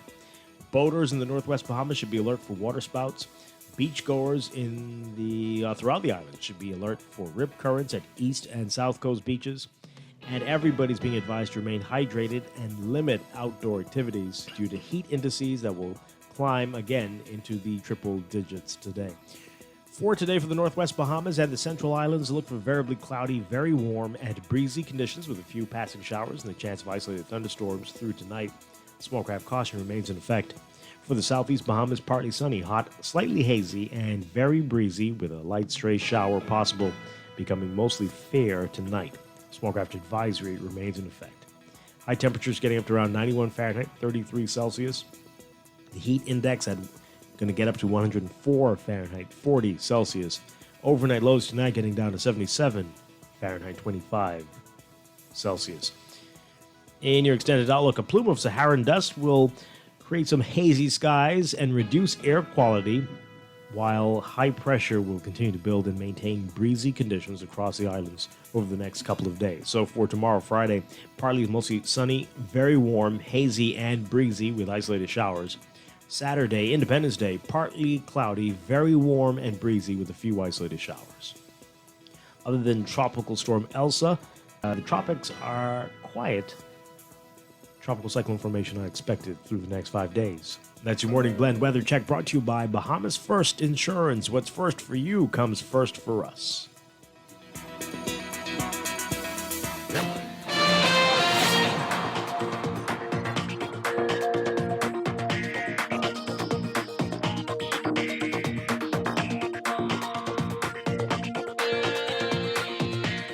And another check of your traffic for today brought to you by RBC Royal Bank. Your hotspot this morning, definitely, as usual, Milo Butler Highway, northbound lanes, very busy from Fire Trail all the way up to Tonic Williams-Darling Highway. Gladstone Road looking a little bit better for you, but still busy, the northbound lanes as you get closer to John F. Kennedy Drive this morning. Blue Hill Road also busy north of Soldier Road. In the northbound lanes as you get closer to the roundabout with Independence Drive. Independence Drive westbound also busy this morning. Further south on Blue Hill Road, that junction with Carmichael Road looking busy, especially eastbound on Carmichael. And further west, some building traffic, but not so bad this morning, westbound on Carmichael, heading towards Coral Harbor Road. Another hotspot for you, Prince Charles Drive, intersection with Fox Hill Road, and Road, Bernard Road, Soldier Road, and Village Road. That intersection there looking busy for you this morning as well. Those are your hottest spots. That's your real-time traffic and your Morning Blend traffic alert brought to you by RBC Royal Bank, banking reimagined. This is Guardian Radio 96.9 FM, Nassau, Bahamas.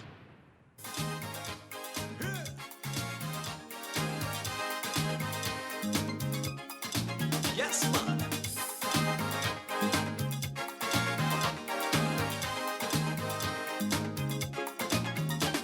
You remember when we used to live on the island, life was so carefree. Sculling dinghy boats and diving fish and conch from out the deep blue sea. You remember when we used to go out on the rocks to look for whales and curves.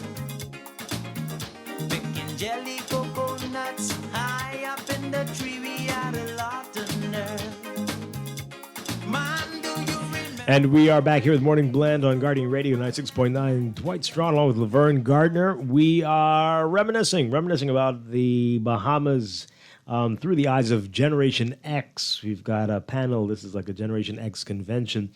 And in studio, we've got a couple of our slightly older Xers, just a little bit. Chef Alpheus Ramsey and Siobhan Moss in here with us. And then we've got the ones of us towards the end there. So I've got Royanne Dean and our youngest. She's practically the millennial, almost. But Avia Campbell is with us this morning as well. And so Laverne and I are reminiscing about how it used to be. We're going to talk about Freeport, but we're talking about how things have changed so much here. What we've seen, and that we suspect the millennials and the Gen Zers have no idea about how it used to be back in the day. A lot of people remembering Town Center Mall and Marathon Mall and how what was there before, not much, and how it's been transformed. And of course, we know Carmichael Road is definitely not what it used to be when we were young. And Cowpen Road has completely transformed itself. I mean, you wouldn't be out on Cowpen Road in the early 80s unless you definitely were dealing with cows, right? Let's get everybody's mics up there. But yeah, let's talk about that and how the place is really... Is congested the word? Is it built up? What's the best word to use there? Remember when the term City 2000 was coined? Mm-hmm. That is definitely now City 2000. Yeah.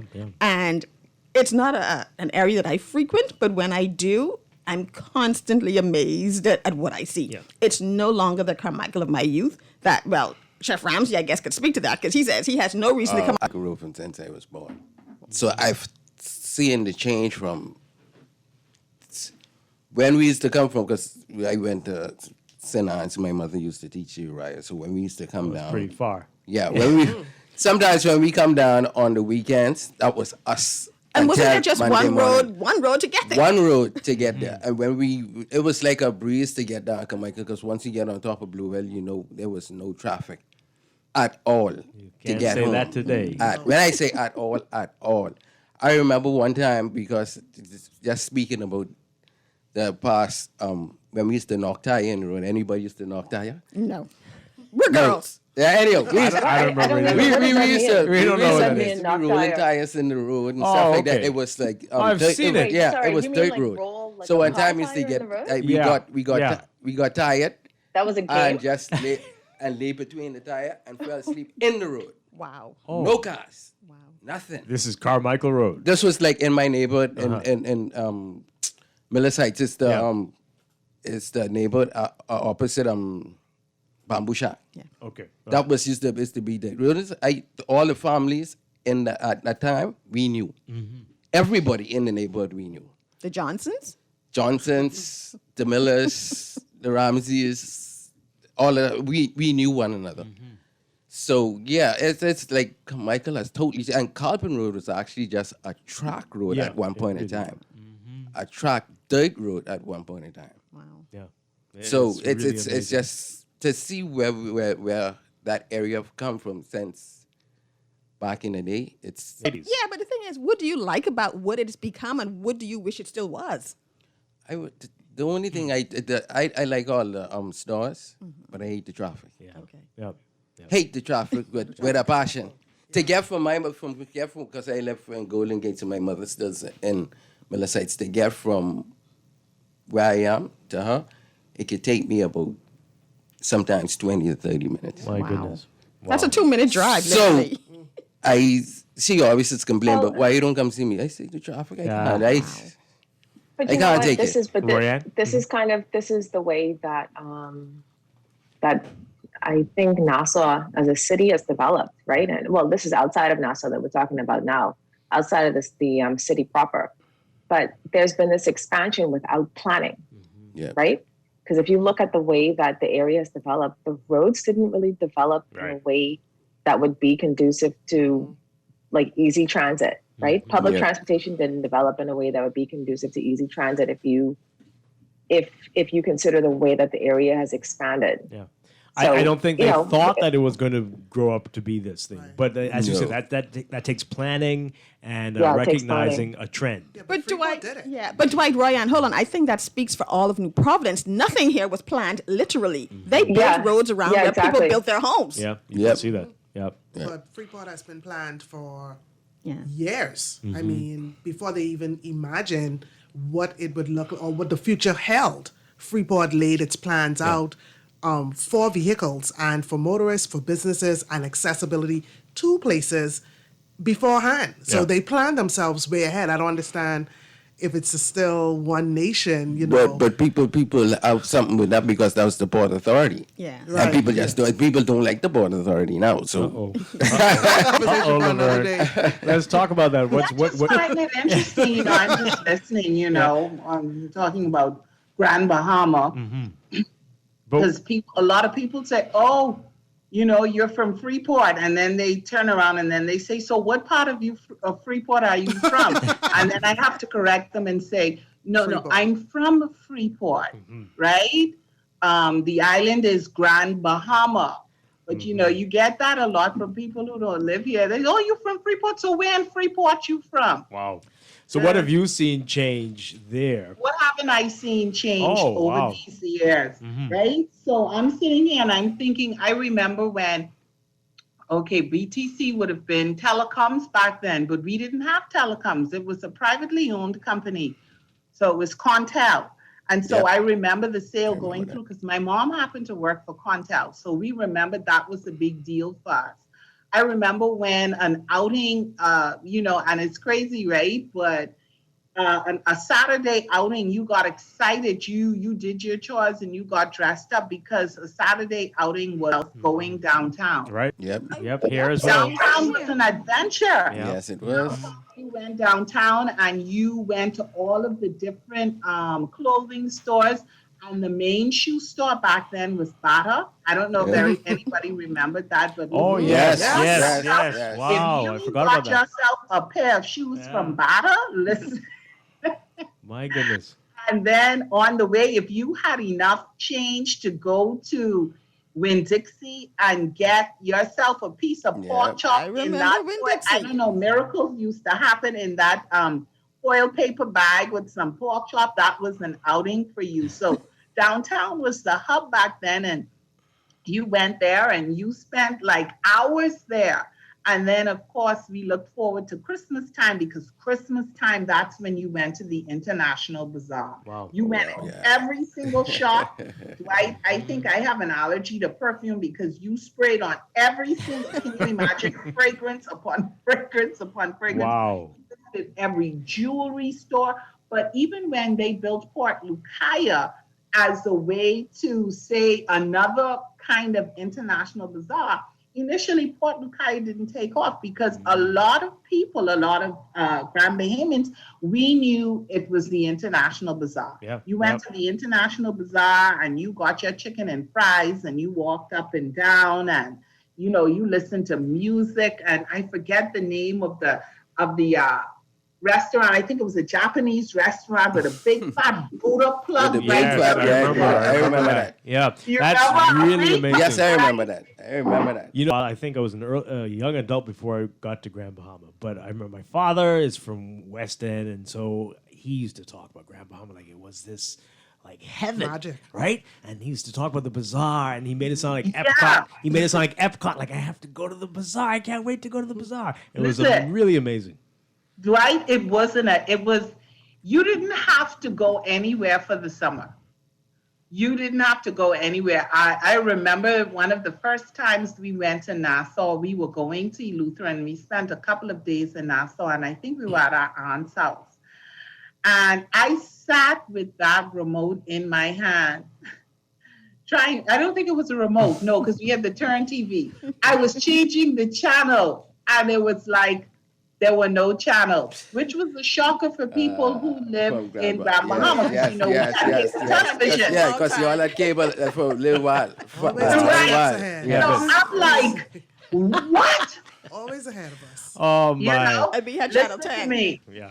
You You know, have I to grew fix up that with the antenna. rotary phone, so that, you know. Yep, rotary phones. I was telling Siobhan as well, the first time I did go to Grand Bahama, how I was struck by how Americanized it was compared to us. If you remember, in the 80s, the sign of you arriving in this country is you had either a Toyota Crown or a Nissan Cedric, Cressida. or a Toyota Cressida or Yep. a Nissan Laurel. But in Grand Bahama, all y'all were driving what? Mercuries and Buicks and Oldsmobiles. Yep. What was that all about? What was the fascination with the big American cars Tell over them there? it's a free port. I don't know. I guess, you know, it's like you said, it was that American influence. And so you were able to get in these different types of cars because and everybody's car, I think, was big. Yep. We had an LTD. It was Oh, green. wow. Dwight, I'm telling you, I know about 15 of Do you think There it's was the this fact that their huge roads are so big? Yeah, the roads definitely. The roads are accommodating. Yes. Yes. I don't know if you guys are familiar with the community of Seahorse Village. Yep. Okay, so if you think about Seahorse Village now with all of the different, because it's, you know, a lot of duplexes, you know, primarily there. Well, growing up, my aunt actually lived in one of the first duplex. So we used to play Seahorse Village with just bush. We would go adventure. So even for me now, when I'm riding through, if I ride through Seahorse Village, I'm looking at it and I'm going, I remember when all of this was bush. There's a pot in there where there's a little sinkhole. And I'm like, I remember when we would say we were going on an adventure, but they're all duplexes and triplexes and whatever now. So, you know, you, like you say, you see the change. I remember the big thing was, I don't know, Alfie or who else used to visit Grand Bahama. If you remember, and the International Bazaar, like a little ways behind, there was the Yellow Bird Show Club. Yeah.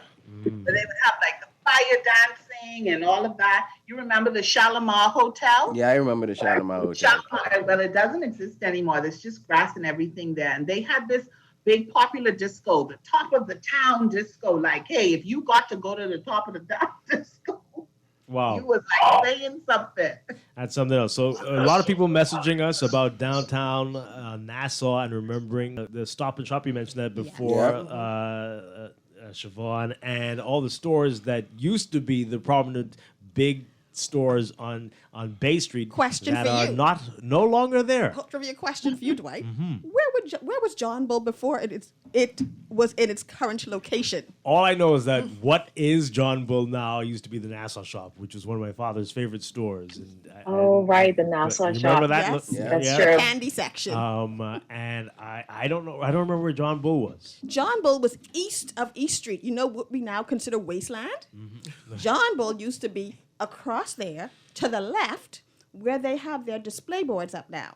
Really? And that used to be John There's Bull. no building there now, No, right? It's just- it's nothing there now. But that used to be where John Bull was before they bought out the Nassau You shop. remember that, Kurt? Lock, Yeah. stock, and Wow. barrel. Wow, that's crazy. And down the street used to be Christine and Johnny's. Oh, yes. Yeah. Remember that? And then through the arcade used to be the store that sold Derissa dresses because your mom took you there to get all the Derissa dresses. But you had to pass Arnold's before you got. Yes. Like I remember them. Wow, y'all are really. What happened out? It's like remember the Stop and Shop. Take you there to get your dresses? Yes. Wow.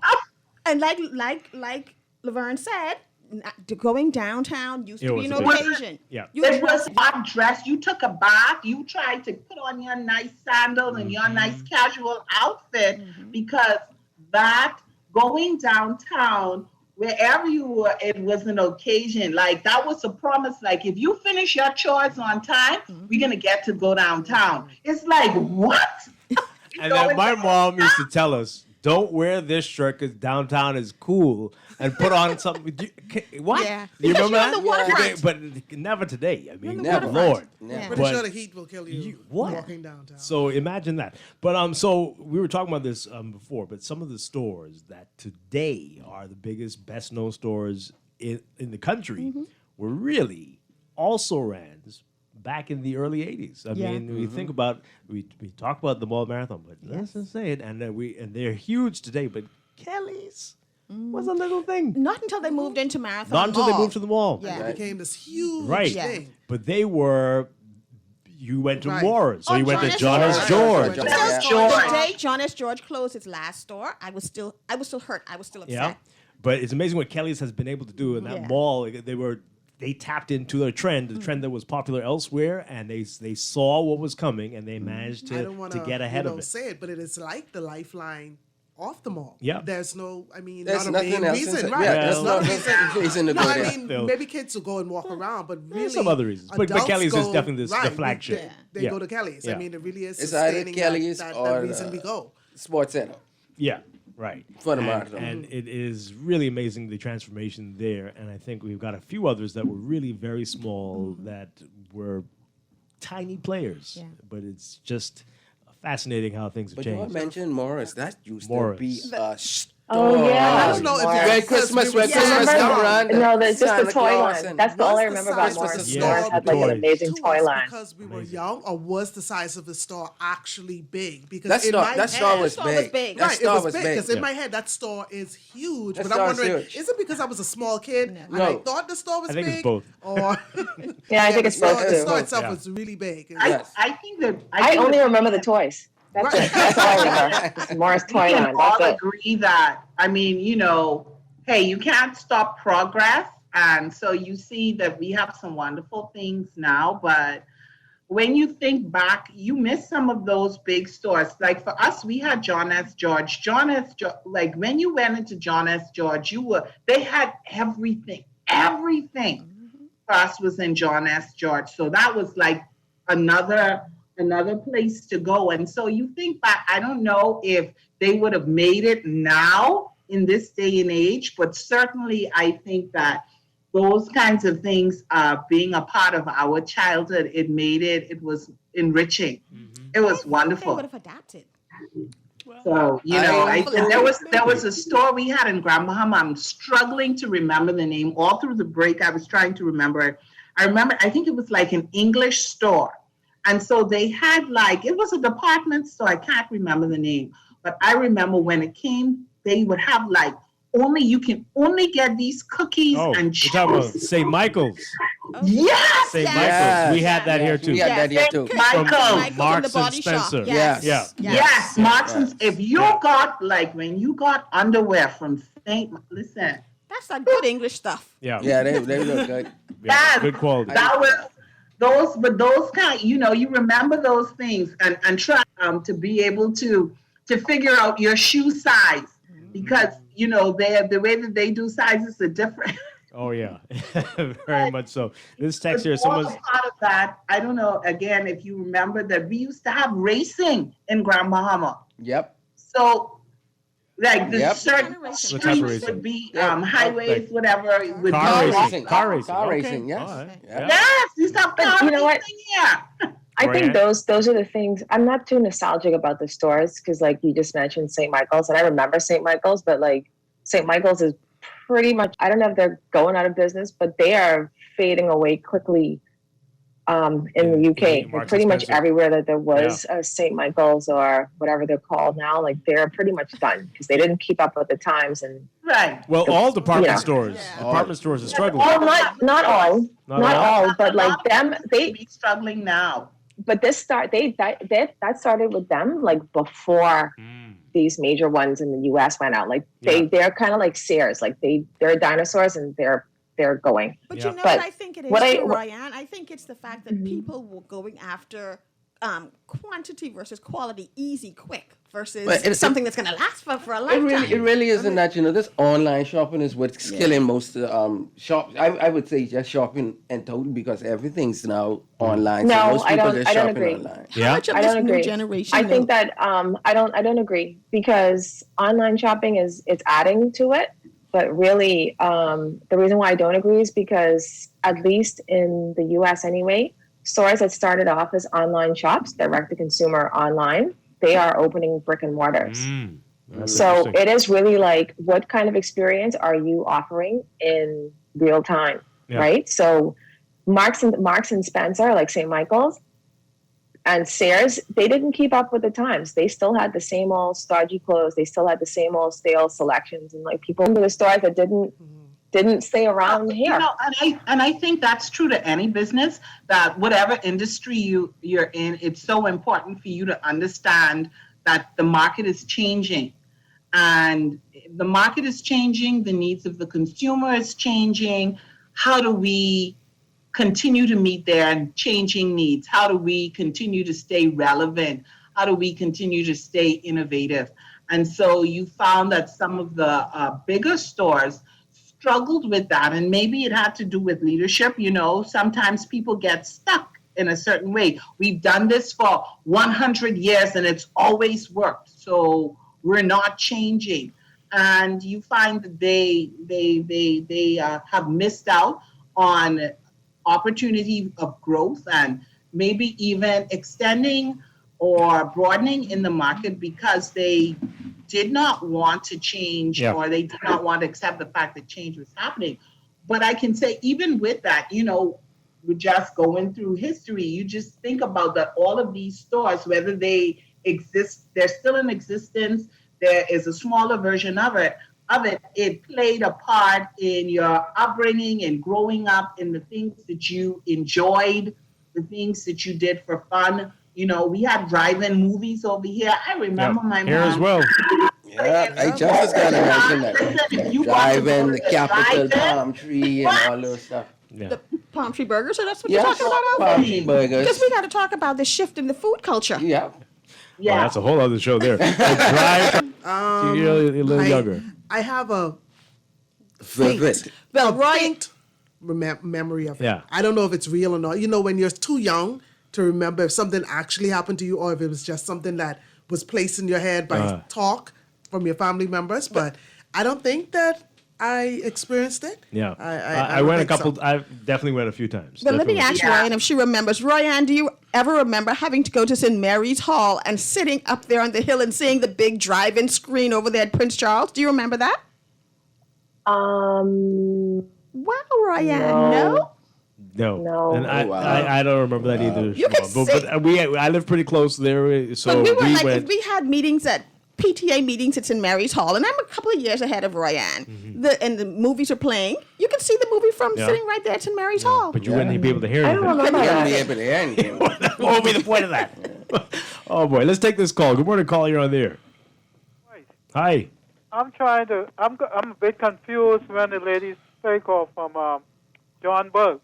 Now, me and her have two different visions pertaining to John Bull. Now, if she can tell me where's Wasteland, then I'll see if she's right. Well, they're saying the corner of East Street. Right? On the eastern and now. We're saying now it's like a ghost town. But it wasn't like that before. Yeah, it wasn't like that when John Bull was there. But then when John Bull moved onto the western side, it's like every building started closing, all the stores started closing. So they're now trying to regenerate the traffic. But for a while, some of the biggest stores were down there. So we're not saying it was a wasteland when John Bull was there. No. When they moved out and moved to the west, it started to. Yes, all right. they moved to the west. But Yeah. You're right then. Okay. All right. Thanks a lot. We got to take a break. This person says, "Hey, do you guys remember E.L. Sawyer and A. Wong's Grocery on Bay Street?" I remember A. Wong. I remember A. Wong. I remember A. Wong. I remember there were grocery stores downtown. The only Sawyer I remember is the photo Sawyer. I remember City Market being downtown. The City Market was on like Frederick Street. Right. Yes. That's what I remember. That's the only one I remember. Yeah. Oh boy, wow. All right, we're gonna take a break and do more reminiscing. We got a lot more to talk about. This is Morning Blend on Guardian Radio. Stay with us. Sculling dinghy boats and diving fish and come from out the deep blue sea. The summer you deserve is here at Alive. We do it better. Capture more moments and go further with our prepaid plans for everyone. Roam free with postpaid and stay connected with MiFi on the go anywhere, anytime. We do it better with more device offerings, accessories, exclusive deals with the list, and so many opportunities to win big. From travel vouchers, grocery vouchers, Alive merch, and more. Alive. Believe in best. Me in your pocket, take me away, yeah, I'm ready for you. RBC has been growing with the Bahamas for over 110 years with new ways to bank better. We are committed to deepening our relationship with existing clients and forging new ones and investment in the community, youth, and education initiatives. We are here to help you grow. We're here to help you flourish. We're RBC. RBC Royal Bank. Banking reimagined. There's only one way to have a better morning. How? Start your mornings the best way with our 2 for $6 breakfast sandwiches at Wendy's. For a limited time, choose any 2 of your favorite breakfast sandwiches, including the fresh Strachan sack muffin, honey buttermilk chicken biscuit, double sausage muffin, or the sausage, egg, and cheese biscuit. Wash it all down with our cold brew shake or coffee. Better mornings always start at Wendy's. Wendy's, different inside and out. Excludes airport locations. As a people, Bahamians are anxious about the future. Feeling down and out, unsure in these unprecedented times? We need to believe that love's coming back. Join us Tuesday, July 13th at 11 a.m. at lovescomingback.com for the virtual launch of Love's Coming Back, an inspiring new anthem from Grammy Award-winning founding member of the Eurythmics, songwriter, producer Dave Stewart, which will premiere globally at 12 noon. Presented by Bay Street Records, BahamasNationalTrust.org. You invest in your children, your home, and your community. But are you investing in your financial future? At CFAO, we specialize in investment management, retirement planning, mutual funds, and private wealth management. Our team of experts never stops helping you plan for tomorrow. Because tomorrow begins today. Call us at 502-7010 to see what our financial advisors can do for you. CFAO. Growing wealth for future generations. Enjoy an elevated mobile experience with BTC, giving you unlimited talk for the best conversations, unlimited data for all your online fun, and unlimited roaming to stay connected while overseas. For just $50 per line. Unlock unlimited mobile talk, data, and roaming when you sign up for BTC Superfast Fiber Internet with speed starting at 100 megabits per second. Enjoy more great savings and value. Upgrade or sign up today. Visit any BTC store or BTCBahamas.com. Conditions apply. Let's face it, in an increasingly competitive market, your business is offering your employees the benefits they want. Give them the benefit of retiring their way with the RF Multi-Employer Pension Plan. Choose from some of the best performing investment funds in the market while taking advantage of low administrative costs and professional management. Whether you're a team of 2 or 2,000, our pension specialists can design a plan for you. Contact us at pensions@rfgroup.com to learn more about the RF Multi-Employer Pension Plan. RF, money at work. Travel less, but vacation more by indulging yourself and your family with the ultimate staycation getaway at Atlantis. Sleep in, relax, play, go out. Say yes to a fantastic staycation in your very own paradise just over the bridge. For reservations, call 363-6483 or visit Atlantis Local on Facebook for details. This is Guardian Radio 96.9 FM, Nassau, Bahamas.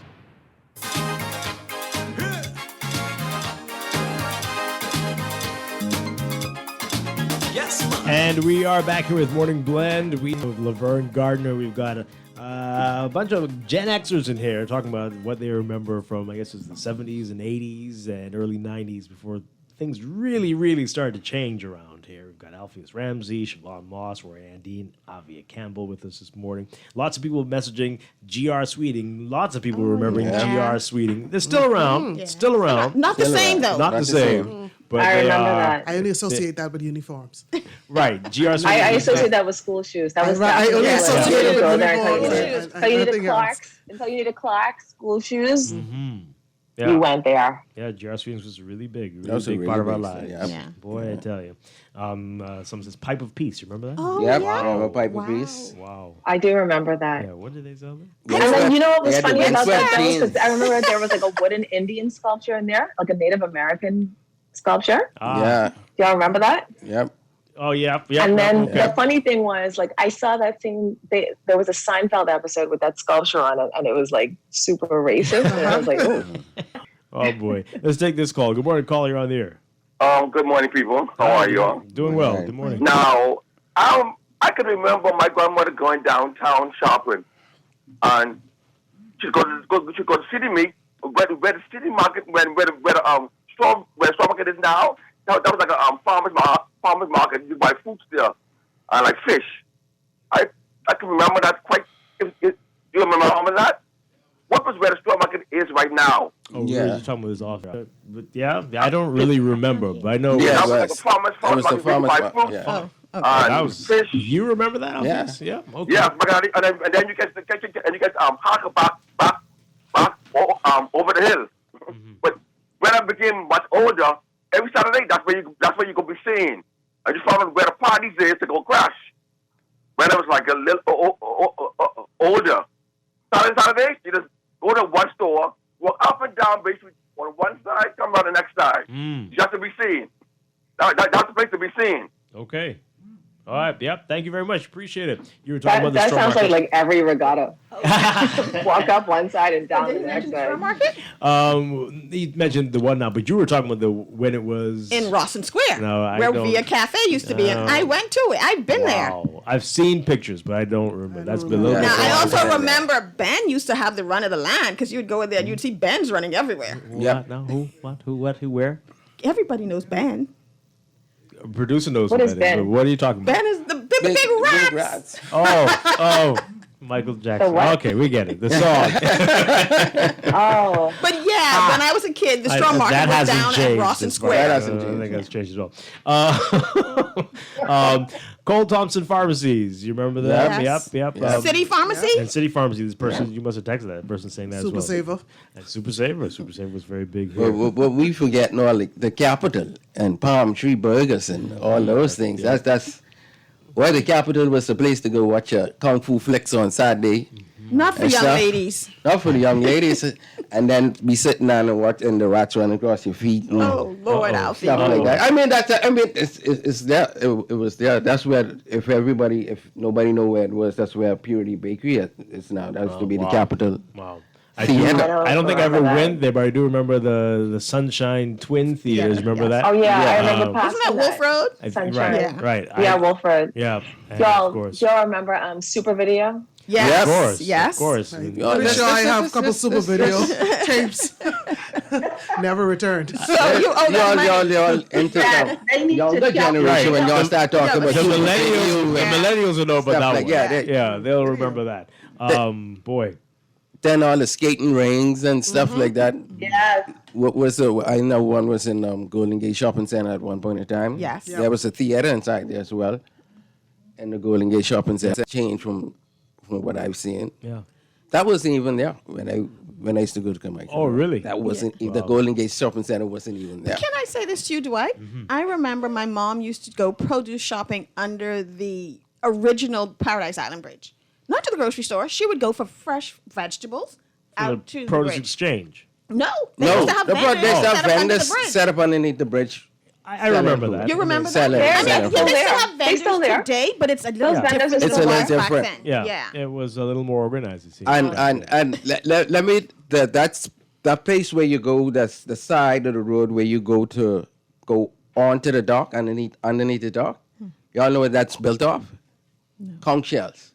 Oh, yes. I remember when the conch shells were I remember stacked they were high. piled up. They That were was a big piled up, so problem. all they did was It was a big, pave big problem. and that's built up with conch shells. Wow. Problem in 40 years. And we can't avoid these things, politics, but I don't know if you all remember this. I have the memory in the 80s. By the 80s, the country was so strange that as a child, you were always told, shh, don't talk about politics. Did you all have this experience at all? Like the country, you really couldn't get into political discussions. I grew up with my mom telling me you don't air your political views. Nobody needs to know your business. Well, it's something. It's changed for me because my whole family was in political. I have Go on. Yep. my uncle was Lavardi, and he was one of the first members of Parliament. So we grew up in politics. So, it wasn't You know never what? hush hush It's funny. to do. I didn't have those, like, that wasn't like a thing in my family, I don't think. Yeah. But nobody was like super political, so it wasn't really a thing. But you know what I do remember is a commission of inquiry. Yeah. I remember that. And I remember when Pinling got interviewed on NBC for like this Robert Vasco thing. I just remember he was like on the news, like the evening news, like getting interviewed on NBC because of the commission inquiry and like this whole drug situations. Nation for sale. Nation for sale. But I think a lot yeah. of millennials need to watch that interview if they haven't, just to see the master at work. Because he was masterful at that interview. And that was amazing. And I still watch it from time to time just to go, wow. Like, he held that reporter, like he pushed her back for every turn she tried to come at him. Do you have the clip? Because I just remember online. that it was on the news and I was amazed by that. It's online, Royanne. You can Google it and it'll come up. Oh, yeah, probably okay. on YouTube. I would like to watch it as an adult. Yeah, I think it was Jane Pauley. Yeah. So a couple more messages. We get ready to wrap this up. Someone says, the Savoy Theater downtown in the Beaumont Arcade. I haven't heard that name in so long. Goodness. Beaumont or Savoy? No, Beaumont. Right, because Savoy's well before my time. And they remember the Straw Market being in Rawson Square, New Horizon, Downtown Express. Oh, yes, New Horizons. I remember that store. Yeah. Okay. Oh, I remember Downtown Express because every day on my way to school, I would like look in the windows and be like, oh, everything looks so amazing. That's a little store. Well, there's another little store that's still downtown, remarkably on the corner. I think it's not Charlotte, maybe Frederick Street. Oh, you're talking about Baker and Sons? Yes, the Bakers, and it's still there. They have the doors. So now, I mean, don't sleep on them. Still they have like these amazing and candles. The things in the window just takes you right back to your childhood because it's like it's still the things in the window from what you remember. You know what hurt? Because the linen shop was one of those small holdover stores from decades. Wow. We're out of time, but we could go on for a long time remembering these things. And we do hope that the magic will come back in some of these areas that we're talking about. But progress, I guess, this is the way it goes. But hey, thank you all for being here this morning and helping us to reminisce. And hopefully the Gen Zers and millennials listening will talk to some older people and maybe do some more reminiscing about good old days. For a soccer, one thing we reminisce about, and Royanne, I hope you remember this, is Brother Henry Muffins. Yes. You remember Brother Henry Muffins? No doubt about that. Okay, so that's a soccer thing. That's something to reminisce about. But it's funny. I would pass my school when the Kingsway never went to soccer. Pass my school just to go up on the hill to Brother Henry to get. Yeah, they used to taste good. Oh, yes. okay. Yes. They're great. Well, look at that. That's like zero. That's people in Queens College, and you know that. See, sorry, your parents did that to y'all. Queens College? Yeah, exactly. Okay. Since you want to say that. We'll leave that there. Yeah. And hey, I know we didn't even touch on the family islands. I'm sure there's a lot to remember about that there as well. But thank you all, and happy Independence to all of you. Hope you enjoy. Same to you. All right, thank you. Same to y'all, everybody. Happy Independence. Same to you, Ryan. Laverne, nice to meet you. Royanne Dean, Happy Independence. Alvia Campbell, Siobhan Moss, Alpheus Ramsey. Thank you all so much. Really appreciate it. We're going to take a break and be back with Morning Blend Business. We're talking about access and benefit sharing with the Department of Environmental Protection. You don't want to miss that. Stay with us. How it used to be. Remember the old days, them good old happy. Is Guardian Radio 96.9 FM. Fresh news, smart talk, all day. The views and opinions of the host and guests are their own and do not necessarily reflect the position of the management and staff of Guardian Network. Wake up, it's a new day. Wake up, it's a new day.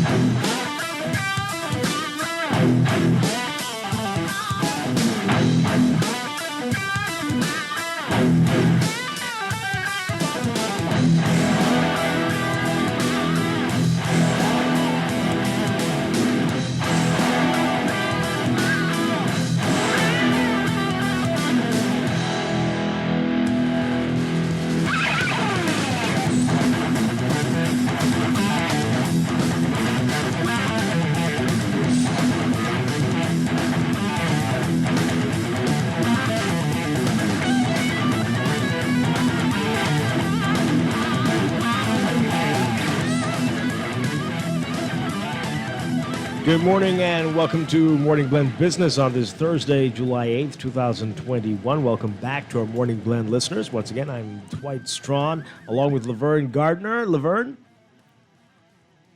Hi, still with us. Oh, hey, great. Yeah.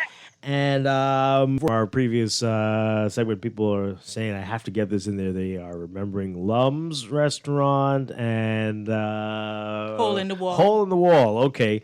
And I don't remember Hole in the Wall, though. Why don't I remember that? I don't know. Listen, there's so many memories. 30 minutes isn't enough. There's so many fond memories. Yep. Whether you lived on another island, you lived in Grand Bahama, you lived in New Providence. There are just so many wonderful memories. I think that we were able to experience. Absolutely. And reminiscing helps to, again, ease the tension and turn down the temperature. It certainly put a smile on my face. Yeah. And so I thank all the guests again for that. But this morning we are talking about access and benefit sharing, and we're very pleased to have back with us from the Department of Environmental Protection, Rochelle Newbold and Sydney Cartwright. Ladies, great to have you as always. Welcome again to the show. All right.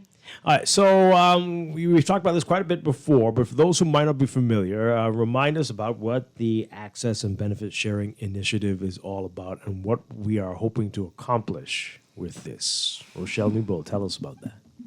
Well, to make sure that there is full clarity for everybody understanding and listening in March of this year, the government passed legislation. That legislation is called the Biological Resources and Traditional Knowledge Act. But in that act, it speaks to a lot of things. It talks about how research should be done. It speaks to how permitting or permits should be handled, what sort of procedures should be applied to them. And then it also talks about the issue of access and benefit sharing. Mm-hmm.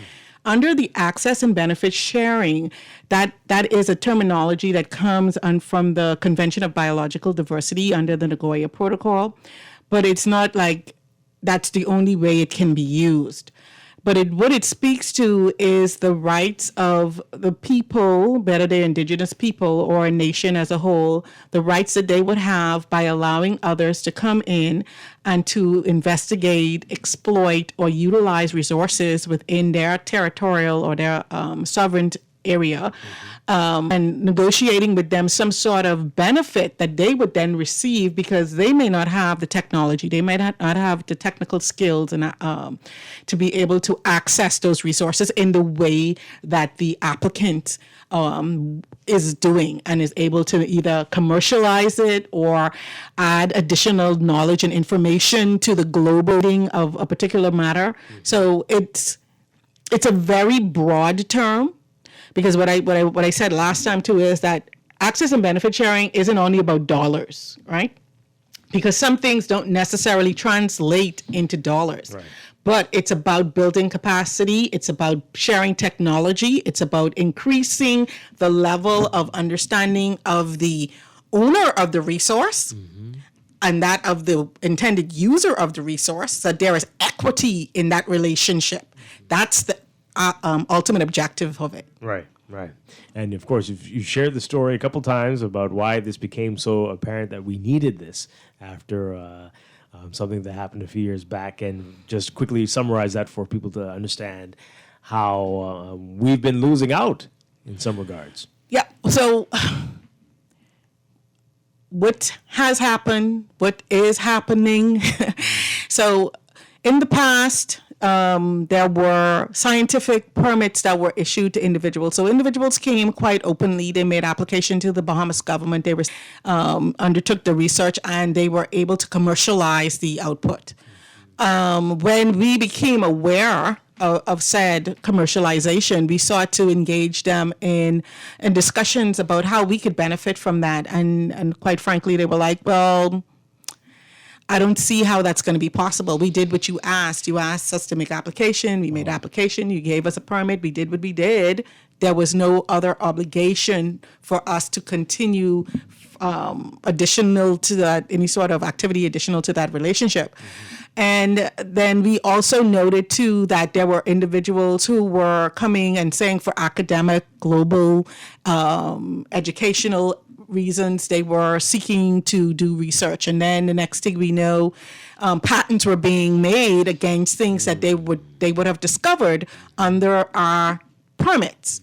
But under pursuit for academic permits and not disclosing that they were actually for commercial or bioprospecting. And say, what even if we... Sorry, in instances like that, I understand the first part where they said, well, you know, the other people that may have come and said, well, we've done what you've asked us to do and we don't have any further obligation. But what was the recourse? Prior to the act, was there any recourse that you were aware of where if, you know, an institution presented themselves that we've come here to do academic research, and then you discover that, no, this is for commercial use and you are benefiting, you know, from this financially. What, as a country, what type of recourse, or was there any recourse, you know? No, we didn't have a recourse because where there is no law, there is no sin, right? There's no legislation. Right. Okay. So, and two, we also have to understand the dynamics of man, and we all creatures of one planet. It's truly is commerce that governs the world, right? Mighty dollar. Yeah.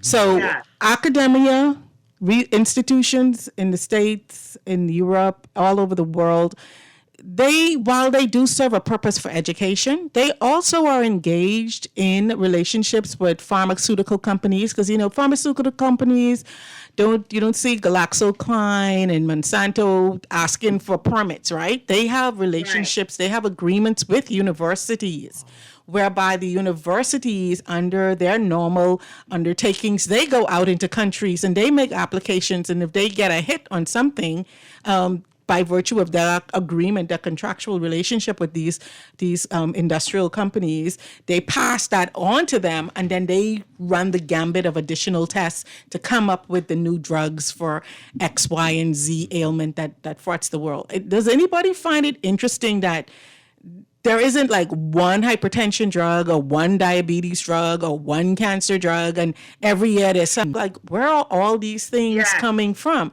Because if I want to say I do.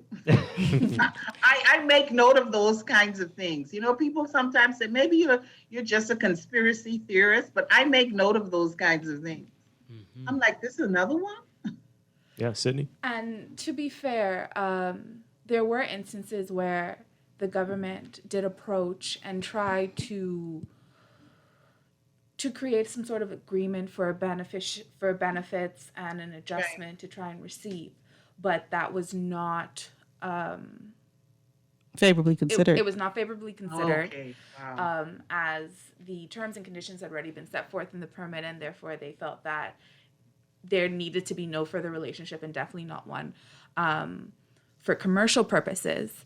And then you have instances where research is conducted, sometimes without a permit, and you have applicants coming back and saying, hey, we found something. Can you guys permit us retroactively? Wow. And we're like, well, how did you get in the country? Because you didn't clearly come in as a tourist. So, yeah, but I need to publish my paper. Or I found a new species. Or, we found something, but we need to come back because we think we hit something. So what has happened before March? What happened in situations like that? What could you do? And that became the problem. Our office did not make a practice of retroactively providing permits. But that only inhibits people for so long, because now they come back and they make application to say, hi, we want to do this endeavor. Right. And that is where there were several instances scientific research was being proposed, and it looked a bit suspicious, I guess, for lack of a better term. And the government made the stance to implement a moratorium so that we can develop this act. And that was during the time period that this act was developed. It was gazetted, reviewed, done through this entire consultative process to where we are presently. Yeah. And now we have this framework in place to try and accommodate those people who are forthright. We want to do commercial research, as well as those who say that, you know, we have an academic pursuit, but the act, as well as the establishment of a research portal for scientific research where you make application, is also meant to safeguard in the future in case your academic pursuits trickle down into commercial endeavors. Right. All right. So I remember this was a lot of fanfare when this happened in the House and the passing of this law and this framework. So these months later, everything's rosy. We're all good, or what are we seeing? How are things shaping up so far? Well, of course, with the passage of any legislation, there's always this kickback. There are those who don't, but I was doing something and now I can't do that no more. That's a problem, right? Right. But notwithstanding, when VAT came into being, all of us kicked up a fuss. Right. We were all upset. And when it increased, we was even more upsetter. But nonetheless, We paid it. we had to make the adjustments. Right. And to be fair, the research environment in the Bahamas is not national. It's not national. There are not hundreds of Bahamians out there doing no research. The research environment, and so our international partners, some were very concerned, some wanted clarity, some were just, they didn't think this was the best thing, and they were like, well, we're not going to come back, we're going to go elsewhere. And like I said, with the passage of legislation, it's not going to make everybody happy. But the legislation has to be done for the benefit of the national interest. We are 48 years old. And for 47 years, we allowed certain things to have been done without having the proper safeguards in place to protect the national interest. So now that we are much older and a little wiser, then we have to make those necessary changes. I think that as a sovereign country, it is in our best interest to look out for our interest. Yeah. And I also understand and agree that we, as a sovereign country, do not have all the technological assets that are necessary for us to take full access use and benefits from what's going on or what we have been blessed to have acquired or be managers of. And therefore, we should consider partnership with those who are better able to provide these additional resources, right? But that being said, that does not mean, like, say, for instance, when we seek to build a home, the first contractor that gives you a price on your house, you don't necessarily say, oh, yeah, okay, I go into that. You evaluate, you look at their skill sets, you look at the products that they've done before, you consider the numbers, you determine if this makes sense to you. Are you benefiting from this? He has to be paid. His workers have to be paid. But you also have to have a home that withstands the first hurricane that comes along. And that's not going to fall down around your ears. Right. And that's the same thing we're saying. As a country, we have assets in our people. One of the things when we talk about the Bahamas, the one thing that's fundamental, Bahamas, the first thing, sunshine and sea, right? And what we are finding now is that we may be on the verge of a generation who can witness and experience an extinction, right? And that extinction would be the very product that we seek to sell internationally, that being our coral reef, our fisheries, our conch, everything associated with our coral reef, the benefits that they provide to us. The coral reefs are right now under attack from, we don't know what it is. Is it a bacteria? Is it a fungus? Is it a virus? We don't know what it is, but it's going and it's killing at a rate of 1 meter a day. And we're finding it all throughout the country. And it's nothing that is new to the region. It's been in Florida. Since about 2014. And it's in the southern Caribbean areas. And every country is scrambling to figure out what it can do. And what everybody is doing hasn't been very effective. The United States has sought to cut up their reefs, remove them from the marine environment, and put them into aquariums to see if, hey, let's see if this thing passes, and then maybe we can reintroduce it. We don't know. We don't know what it is. It may be like the plague, here for a period and then it's gone. Right. Or it could be like COVID, and it will evolve and evolve and evolve and start with a reef and take over the mangroves. We don't know. We don't know. So for us now as a country, we're sitting on the crux of this. Yeah. What do we do? What do we do? And so we have all sorts of applications. Everybody wants to get their hands on our corals. They want to do this with our corals. They got a plan, they got an objectives. And I noticed why we don't have a plan.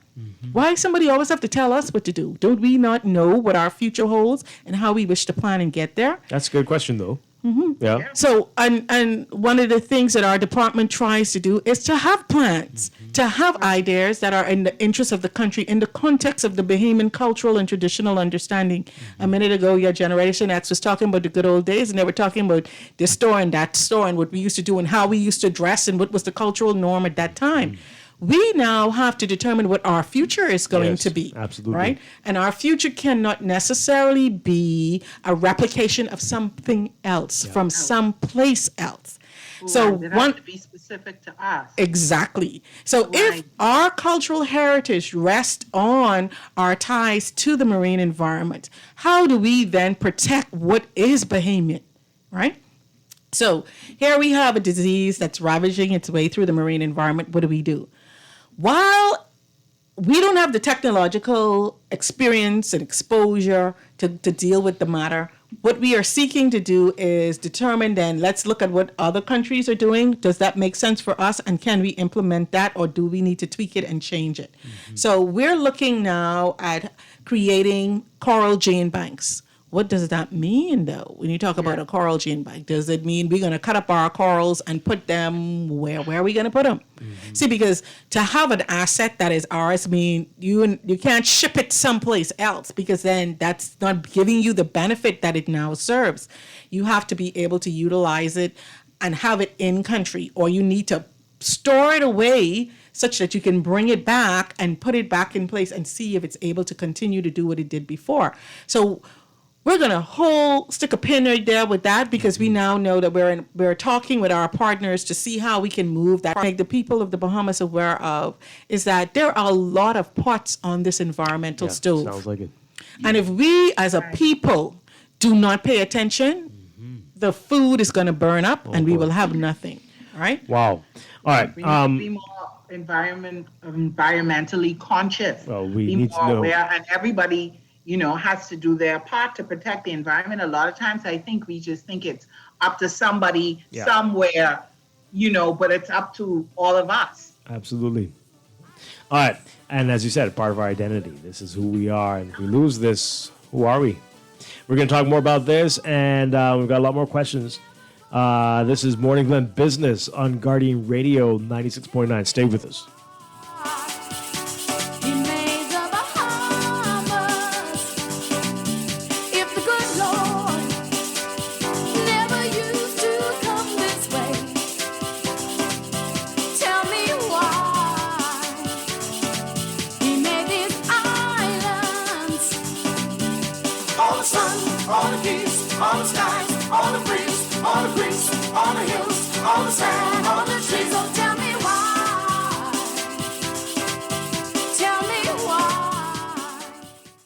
Beulah, gal, can you believe this? We are now the patrol queens of the neighborhood. We now large and in charge. So we need to check out what's going on in everybody's yard. What about that gun that we know that Junior and his homeboys just ran out? Can we report that too? Of course we can. But we could be in deep trouble if they find out. We need to report what we see, Beulah. When you call Crime Stoppers, they just answer your call in Miami. So then we can report everything? Guns, where they hiding the drugs, who shoot who part of which gang, or who disturbing the peace with the loud music and the motorcycles. Then our neighborhood will be the best in the Bahamas, and everybody gonna want to come live here. And then our house price will go. What's the number? If you see something, say something. Let us all pitch in and stop the crime before it's your time. Call 328-8477 from Nassau or 242-300-8477 from the Family Islands. Or text us through the Crack Crime Bahamas app. Stop the crime before it's your time. It takes a village to raise a child, and it takes each and every one of us to grow the Bahamas. On the clock, we dive into the stories, we identify the issues, and we engage the people, organizations, and institutions that keep the country running. On the Clock with Aaron Green, weekdays 10 a.m. to 11 a.m. here on Guardian Radio 96.9 FM. You invest in your children, your home, and your community. But are you investing in your financial future? At CFAL, we specialize in investment management, retirement planning, mutual funds, and private wealth management. Our team of experts never stops helping you plan for tomorrow. Because tomorrow begins today. Call us at 502-7010 to see what our financial advisors can do for you. CFAL, growing wealth for future generations.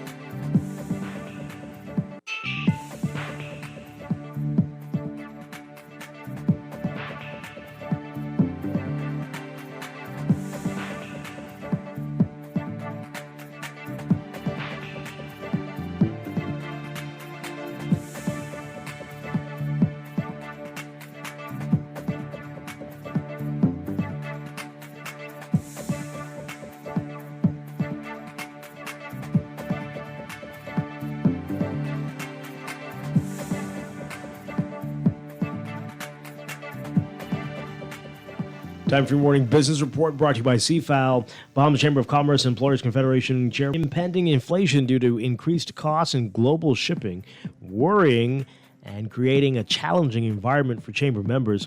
Rutherford Ferguson says some chamber members have reported tenfold increases in shipping costs from certain countries based on the method of shipping.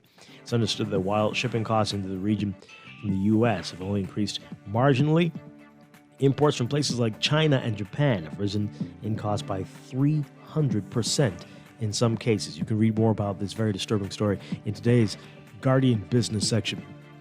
State Finance Minister Kwesi Thompson revealing that the cabinet recently approved the Securities Commission of the Bahamas' rules for crowdfunding, paving the way for a new source of fundraising for micro, small, and medium-sized enterprises. The SCB also releasing a statement yesterday noting that businesses can raise up to $5 million within a single 12-month period through crowdfunding and through no more than 2 securities distributions. According to the SCB, businesses that are characterized as an MSME are those with a gross income up to $3 million. In a press conference heralding the good news for local entrepreneurs, Minister Thompson saying crowdfunding will be a modern, inexpensive way for businesses to raise money for many investors and from investors. Tourism officials have called the U.S. Independence Day weekend one of the busiest this destination has experienced since the start of the COVID-19 pandemic. And it's held true for Eleuthera, one Eleuthera resort, and its marina, which revealed it experienced 100% occupancy. Harbor Island-based Remora Bay Resort and Marina, which caters to high-end travelers, said all of its slips were booked for the July 4th holiday weekend. And you can read more about their successes in today's Guardian. And for the 7th consecutive year, the Bahamas Maritime Authority has been placed in the top 10 flag states in the Paris Memorandum of Understanding on Port State Controls whitelist. The Paris MOU is an administrative agreement between more than 24 maritime authorities around the world to eliminate the operation of substandard ships by conducting annual inspections to ensure ships meet international safety, security, and environmental standards, and that crew members have adequate living and working conditions. As of July, the Bahamas ranked 6th in the world on the Paris MOU whitelist, behind the Netherlands, Bermuda, the Marshall Islands, Norway, and Denmark. The Bahamas was also designated as having low-risk ships. In your Market Watch, recapping trading on the BISX from Wednesday, your market movers full call moving 1,000 shares, closing up 29 cents to $3.99. BS BGRS 770249 moving 3,000, down 16 cents, closing at $100.62. BS BGR 1292394 moving 460, closing unchanged at $100. Consolidated Water up 2 cents, closing at $2.39. Emira Incorporated up 21 cents, closing at $11.39. The BISX All Share Index closing at 1,951.48. up 12.91. That's your Market Watch. And that is your morning business report brought to you by CFAL, growing wealth for future generations.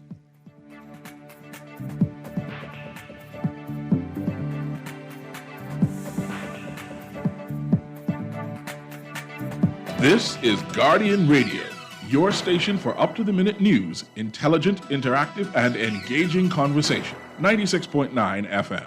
Oh, yeah.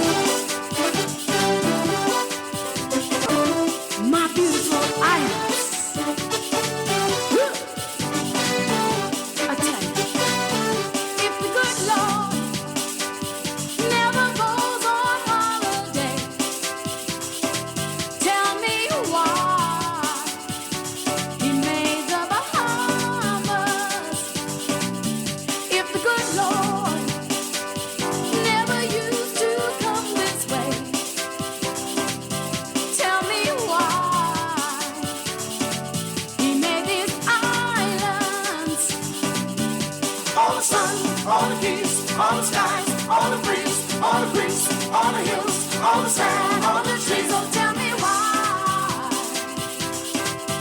Tell me why. He made these islands. Yes. Tell me if the same chance never liked a sunny day. We're back here with Morning Blend Business on Guardian Radio 96.9. Dwight Strachan along with Laverne Gardner. We are talking with Sydney Cartwright and Rochelle Newbold from the Department of Environmental Planning and Protection, and we're having a great conversation this morning. So I want to go back to what you said before about the reaction to these new this new legislation, and the people say we're done with you all. What happens when they tell you that? Do you try to woo them back? Do you try to explain to them it's as bad as you think, or you just say good riddance, go? Sydney? Don't have to woo them back. Yeah. We are so They need unique. us, right? They need us. Right. Mhm. And I think that that's something that is severely underestimated by the Bahamian populace. We are so unique. The way this country is set up leaves for what, in terms of scientific community, we call niche populations. We have things that you can't find anywhere else in the world because of our geography, our topography. All of this leads to unique and what they call biodiversity hotspots. Yeah. So when you go someplace else, because we have had it happen, people go someplace else, they get the same species, they think it's going to be the exact same thing, and it doesn't work. The results cannot be replicated until you come back here. So we don't have to prove anything to you. One way or another, you're going to come back. If you're invested, you're coming back. This sounds so unique because it seems like the rest of our sectors here don't talk like this. We seem to be always so, I don't know if desperate is the right word. But like I said, 47 years you've been coming, right? Yeah. And the question we have always asked, how have we benefited? You cannot lose key thing. You cannot lose what you never had. So individuals who may have been coming and doing what they were doing, they were obviously benefiting, right? And I don't want to make it sound like they were robbing us, right? Because they weren't. They were following the procedures that we laid out. And we, with eyes wide open and stamps at the ready, we approved their interactions. But I'm saying now that we're older and a little wiser, and we're saying, hey, we want to share in this benefit that we are allowing you access to our homes. How are we benefiting from this relationship? One of the most, I think, egregious thing about the past relationship that we had was the fact that information was being garnered, information was being used in the international community, and you would go to meetings and people would start talking about the Bahamas and they would be spewing out all this data and facts, and you'd be like, and, your colleagues would be sitting next to you, like, oh, did you know that? Did you know that? And this is the first time you're hearing it. My goodness. Right? Because and in some cases, when information was shared, it wasn't shared in a manner that was usable. Right? So we would not have had any appreciation for a spreadsheet full of numbers, right? When you would have utilized that information, you would have analyzed it, you would have processed it, and then you would have come out with conclusions that you would then use to get your PhD. Because, of course, the only way you can get a PhD is that you have to give additional new knowledge to the scientific community, right? And you discovered something, you must be smart, bam, you get a PhD. My goodness. Right? But here we were making decisions about the environment, making assumptions without the proper information that may have been available to us, because obviously you had it, but we were not aware about it. We were not aware of it. So one about, say, this new permitting process is that information cannot be shared without the government of the Bahamas having access to that same information that is being shared.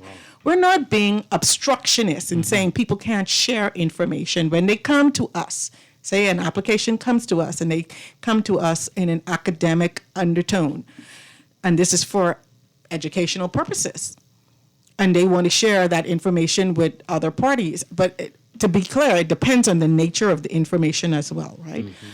We don't say, oh, you can't share that information with nobody. No, we said before you share that information with anybody, you must first share it with us, and then you need to let us know who else you were sharing the information with. Even though the act was passed in March, right? In May of this year, there were more than 2,000 genetic coding that was placed in the international forum from the Bahamas that we had no knowledge of. Oh, wow. And this was actually during a moratorium. So they were conducted. So where are you getting these samples from? Who provided you access? Because when we followed up, there were no applications under these people's names. We have no applications from their institutions. How are you getting this information? Further deep dives provide, people are selling resources on the black market. We have valuable resources here. And it's not to be underestimated and undervalued. The fact that people are diligent in their pursuits to come here. And to conduct research and to continue research that have been going on for, as they like to say, I've been coming here for the past 30 years. I've been coming for the past 17 years. And you ask them the question, so please provide your successes. What have been your challenges conducting this research? And they say, I don't know what you mean. And so then you respond, like you said, you've been coming here for the past 17 to 30 years. Why are you coming back? What keeps you coming back? Because you're not sharing that with us. We're not understanding why. So let's change the art. Let's change and frame the conversation. What is the interest? And who is spurring the interest? Maybe that's a better question. Is it who's spurring it? Is it just interest? Is it grants? Like, what is the interest? How can we use and have a mutually beneficial relationship here? Also, keep in mind, scientific undertakings are not based on a whim and a prayer, right? There is some method to the madness. There are hypotheses, and these hypotheses are based on some fact, some knowledge from something, right? I don't just roll out of ants. If I take off two of their legs, if they'd still be able to walk, and then I go and get a research.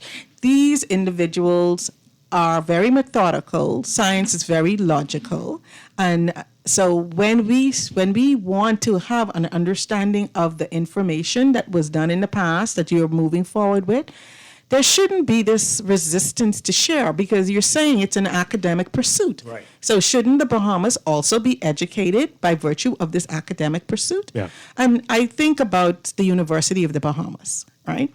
I know that the University of Bahamas is making great strides in building towards strengthening their laboratory and their scientific technology, right? And the college has been there forever. The university has been there most recently. And one of the questions that was asked is, why is some of this research being done outside the country? Could it not be done inside the country? Could it not be done in collaboration with the university? And while I will say that you cannot direct an individual, you can't tell a person who's driving a diesel car that he has to use gasoline, right? What we have to do is to make sure that we have an electric car where we could say it doesn't matter if the power is generated through diesel nor gasoline, the car can still be powered because the generator will provide the output.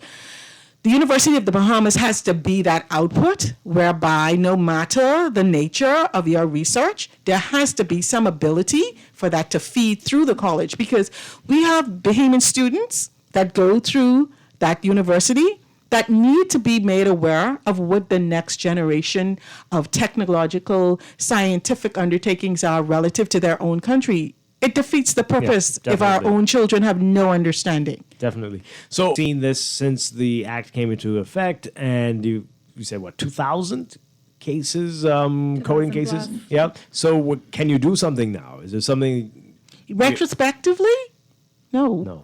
No grandfathering in. No. You hit that person car 2 years ago, and now you wanted them to take you to court to fix the car that don't exist anymore. No, the law doesn't work that way, and it probably wouldn't be beneficial if it did. Yeah.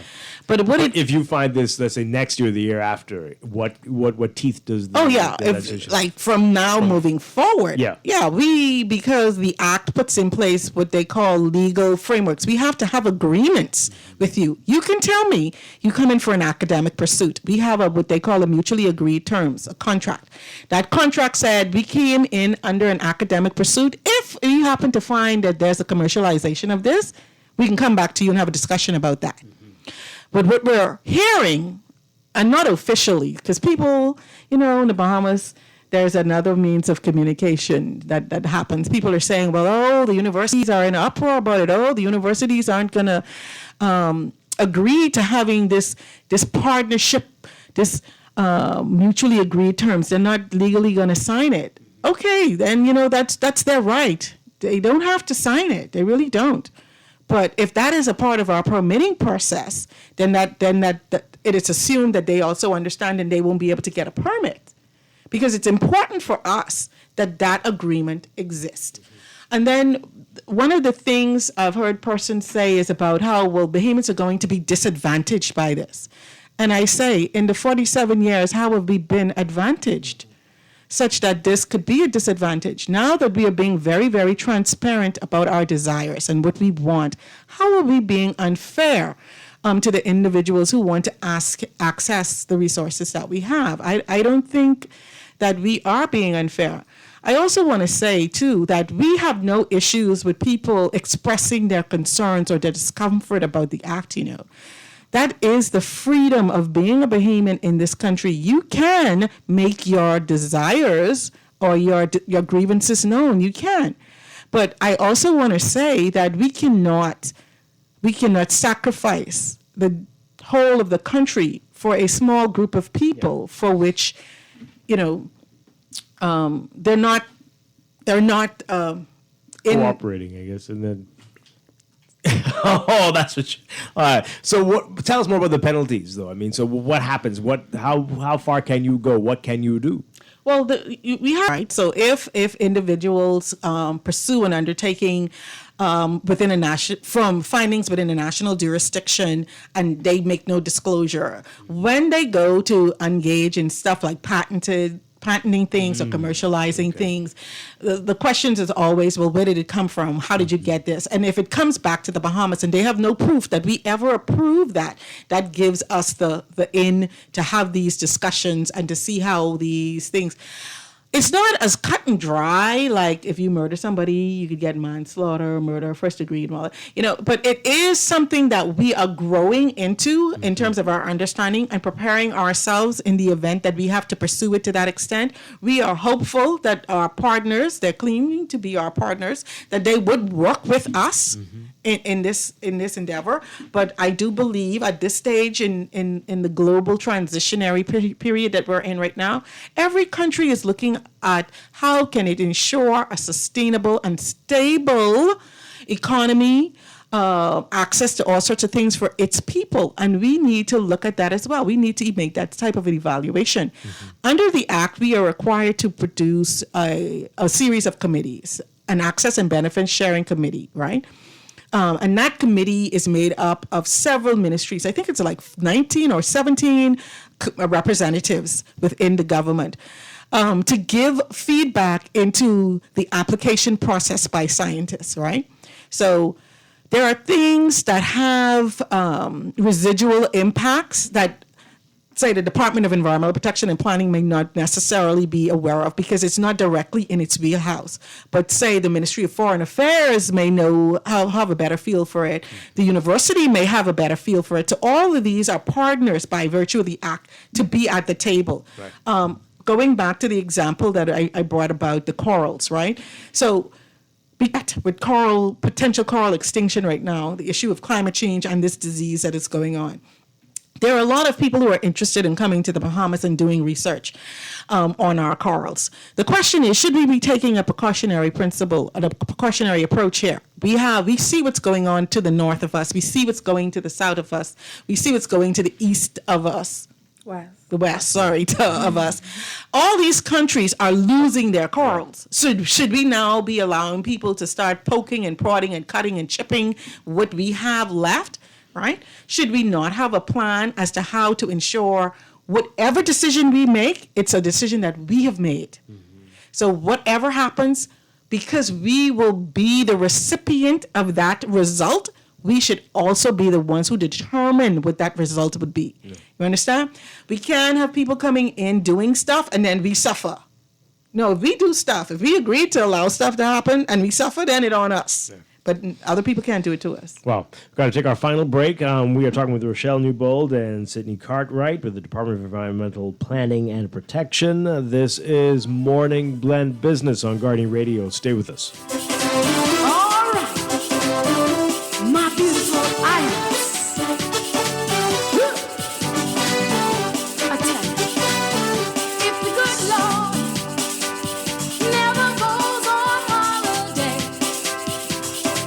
tell me why he made the Bahamas. Keys to your own home with CIBC First Caribbean. We'll give you time to relax when you move in by waiving your first 3 monthly mortgage payments and commitment fees. Get up to 95% financing on your mortgage and a pre-approved Visa Gold or Platinum credit card with 5,000 bonus reward points and more. Visit CIBCFCIB.com/realtors-hub to connect with a realtor to make the home search easier. Finance your new home base with CIBC First Caribbean. Terms and conditions apply. Visit CIBCFCIB.com for details. It's happening, and it's all straight talk with no chaser. As Stephen Miller is unleashed on your radio each weekday, 11 a.m. to 12 p.m. right here on Guardian Radio 96.9 FM. It's gonna be smart talk, ideas, and innovation. Each weekday, 11 a.m. to 12 p.m. only on Guardian Radio, your station for fresh news and smart talk. Trust me, you're not going to want to miss that. This is Guardian Radio 96.9 FM, Nassau, Bahamas.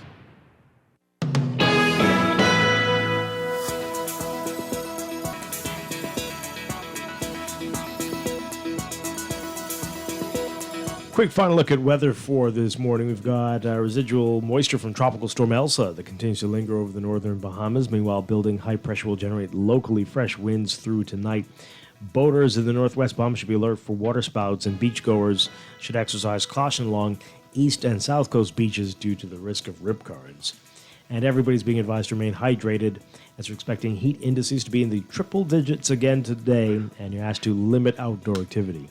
Expecting highs around 91 Fahrenheit, 33 Celsius, but that heat index will be around 104 Fahrenheit, 40 Celsius. Overnight lows tonight getting down to about 77 Fahrenheit, 25 Celsius. In your extended outlook, though, Saharan dust will create some hazy skies and reduce air quality. Meanwhile, building high pressure will maintain breezy conditions across the islands. That's your morning blend weather check.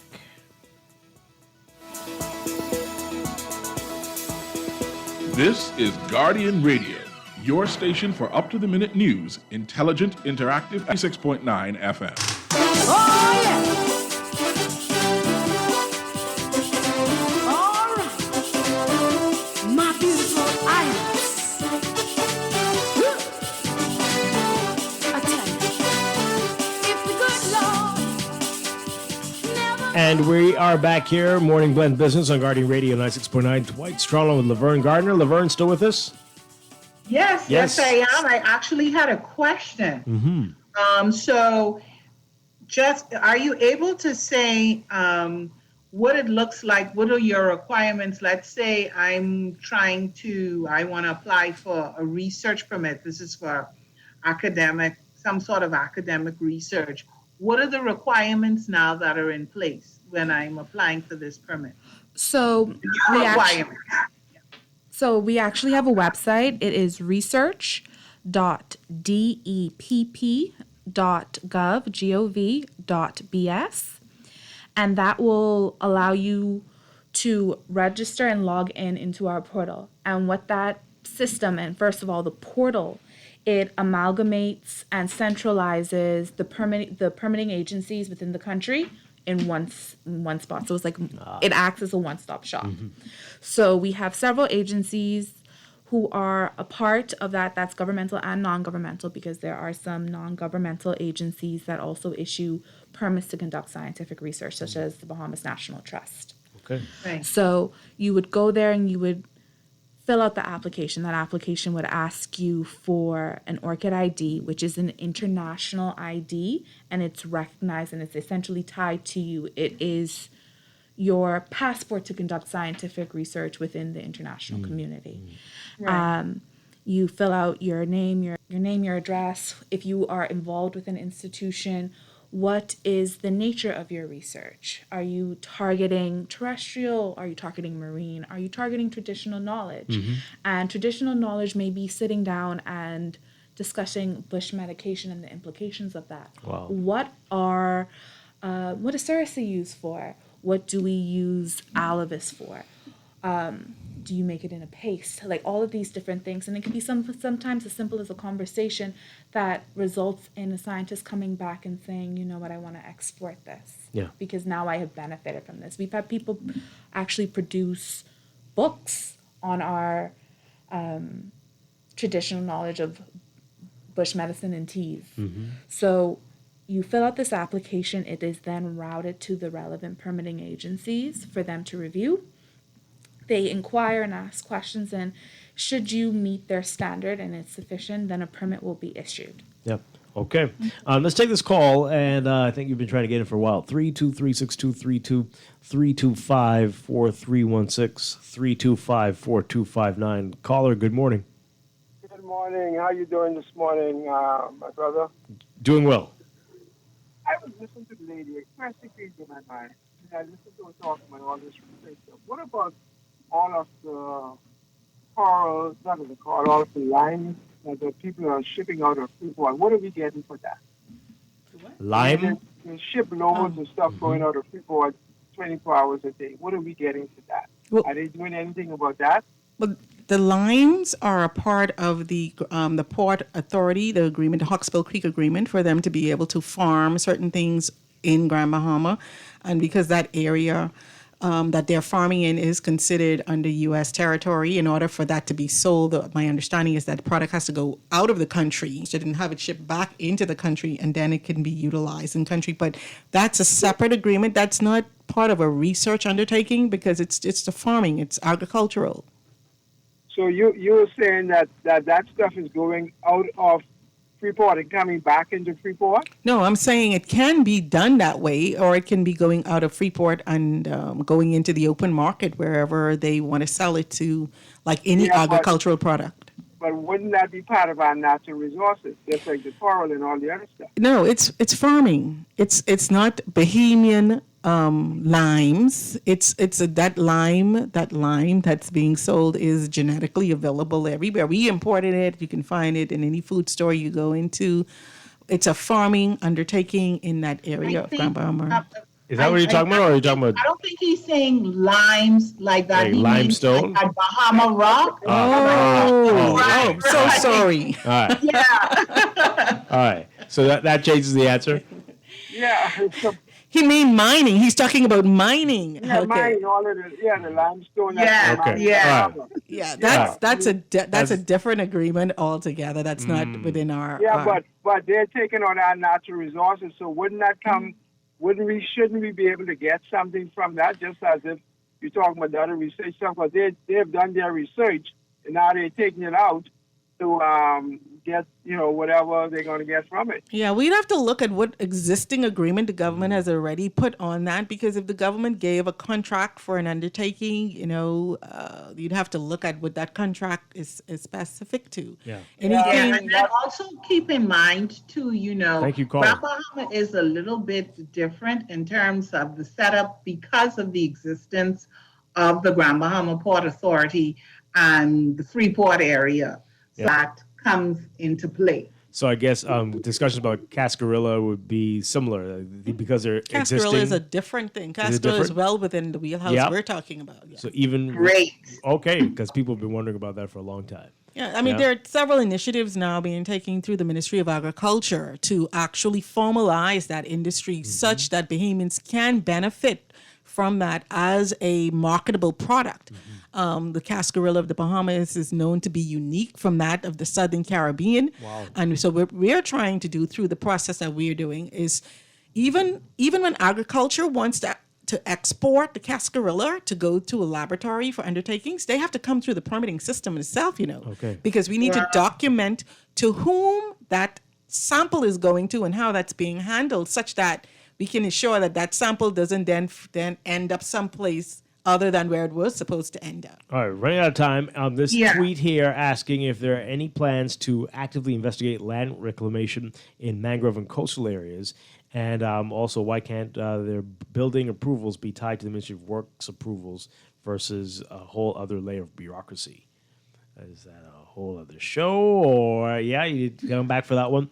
But I guess for the first part of the question, any plans to actively investigate land reclamation in the mangrove? Mangroves are a protected tree so it's not species, supposed to be happening. so it's Not supposed to be happening. not without a proper permit. In which case, if it's a protected thing, then it usually isn't to be done. And finally, are there people cooperating who know that we have this new legislative framework, and they're saying, "Yeah, this is great." We are processing permits daily. Oh, that's wonderful. So it's not like the system has stalled. The system has of applications coming in daily. We are processing them daily, and if we had a couple more hands, we'd be very happy. Oh. I think you said this last I time. know we're out of time, but I just really have to ask this because I'm very concerned earlier when you talked about the coral reefs. Is there anything that we can do individually? We go and we use the coral reefs as well. So what should we be mindful of? Because it's it's so sensitive now. It's in danger. Is there anything that we should kind of be aware of? Well, one of the key things is the transference of whatever this is, a bacteria, a virus, a fungus. When you go onto a reef system and you notice that something is going on with that reef system, don't just jump in a boat and drive to another reef system and jump in the same clothes and the same thing, because you can be transferring that from that reef system to another and helping the spread of it. Okay, all right. We've got to have you back very soon, ladies. Thank you so much. Always a pleasure. Rochelle Newbell and Sydney Cartwright, thank you very much. You keep the great work that you're doing in the department. This has been a great show. Thank you. Yes, the Department of Environmental Planning and Protection. Thank you again. I really appreciate it. All right. Laverne, great. Yeah. Thank you so much for being with us, as always. My pleasure. You know that. And I'll be back tomorrow morning with more Morning Blend and Morning Blend Business here on Guardian Radio. Stay tuned for On the Clock with Aaron Green coming up next. All the sun, all the keys, all the skies, all the breeze, all the creeks, all the hills, all the sand, all the trees. Oh, tell me why. Tell me why. He made these eyes. This is Guardian Radio 96.9 FM, Nassau, Bahamas.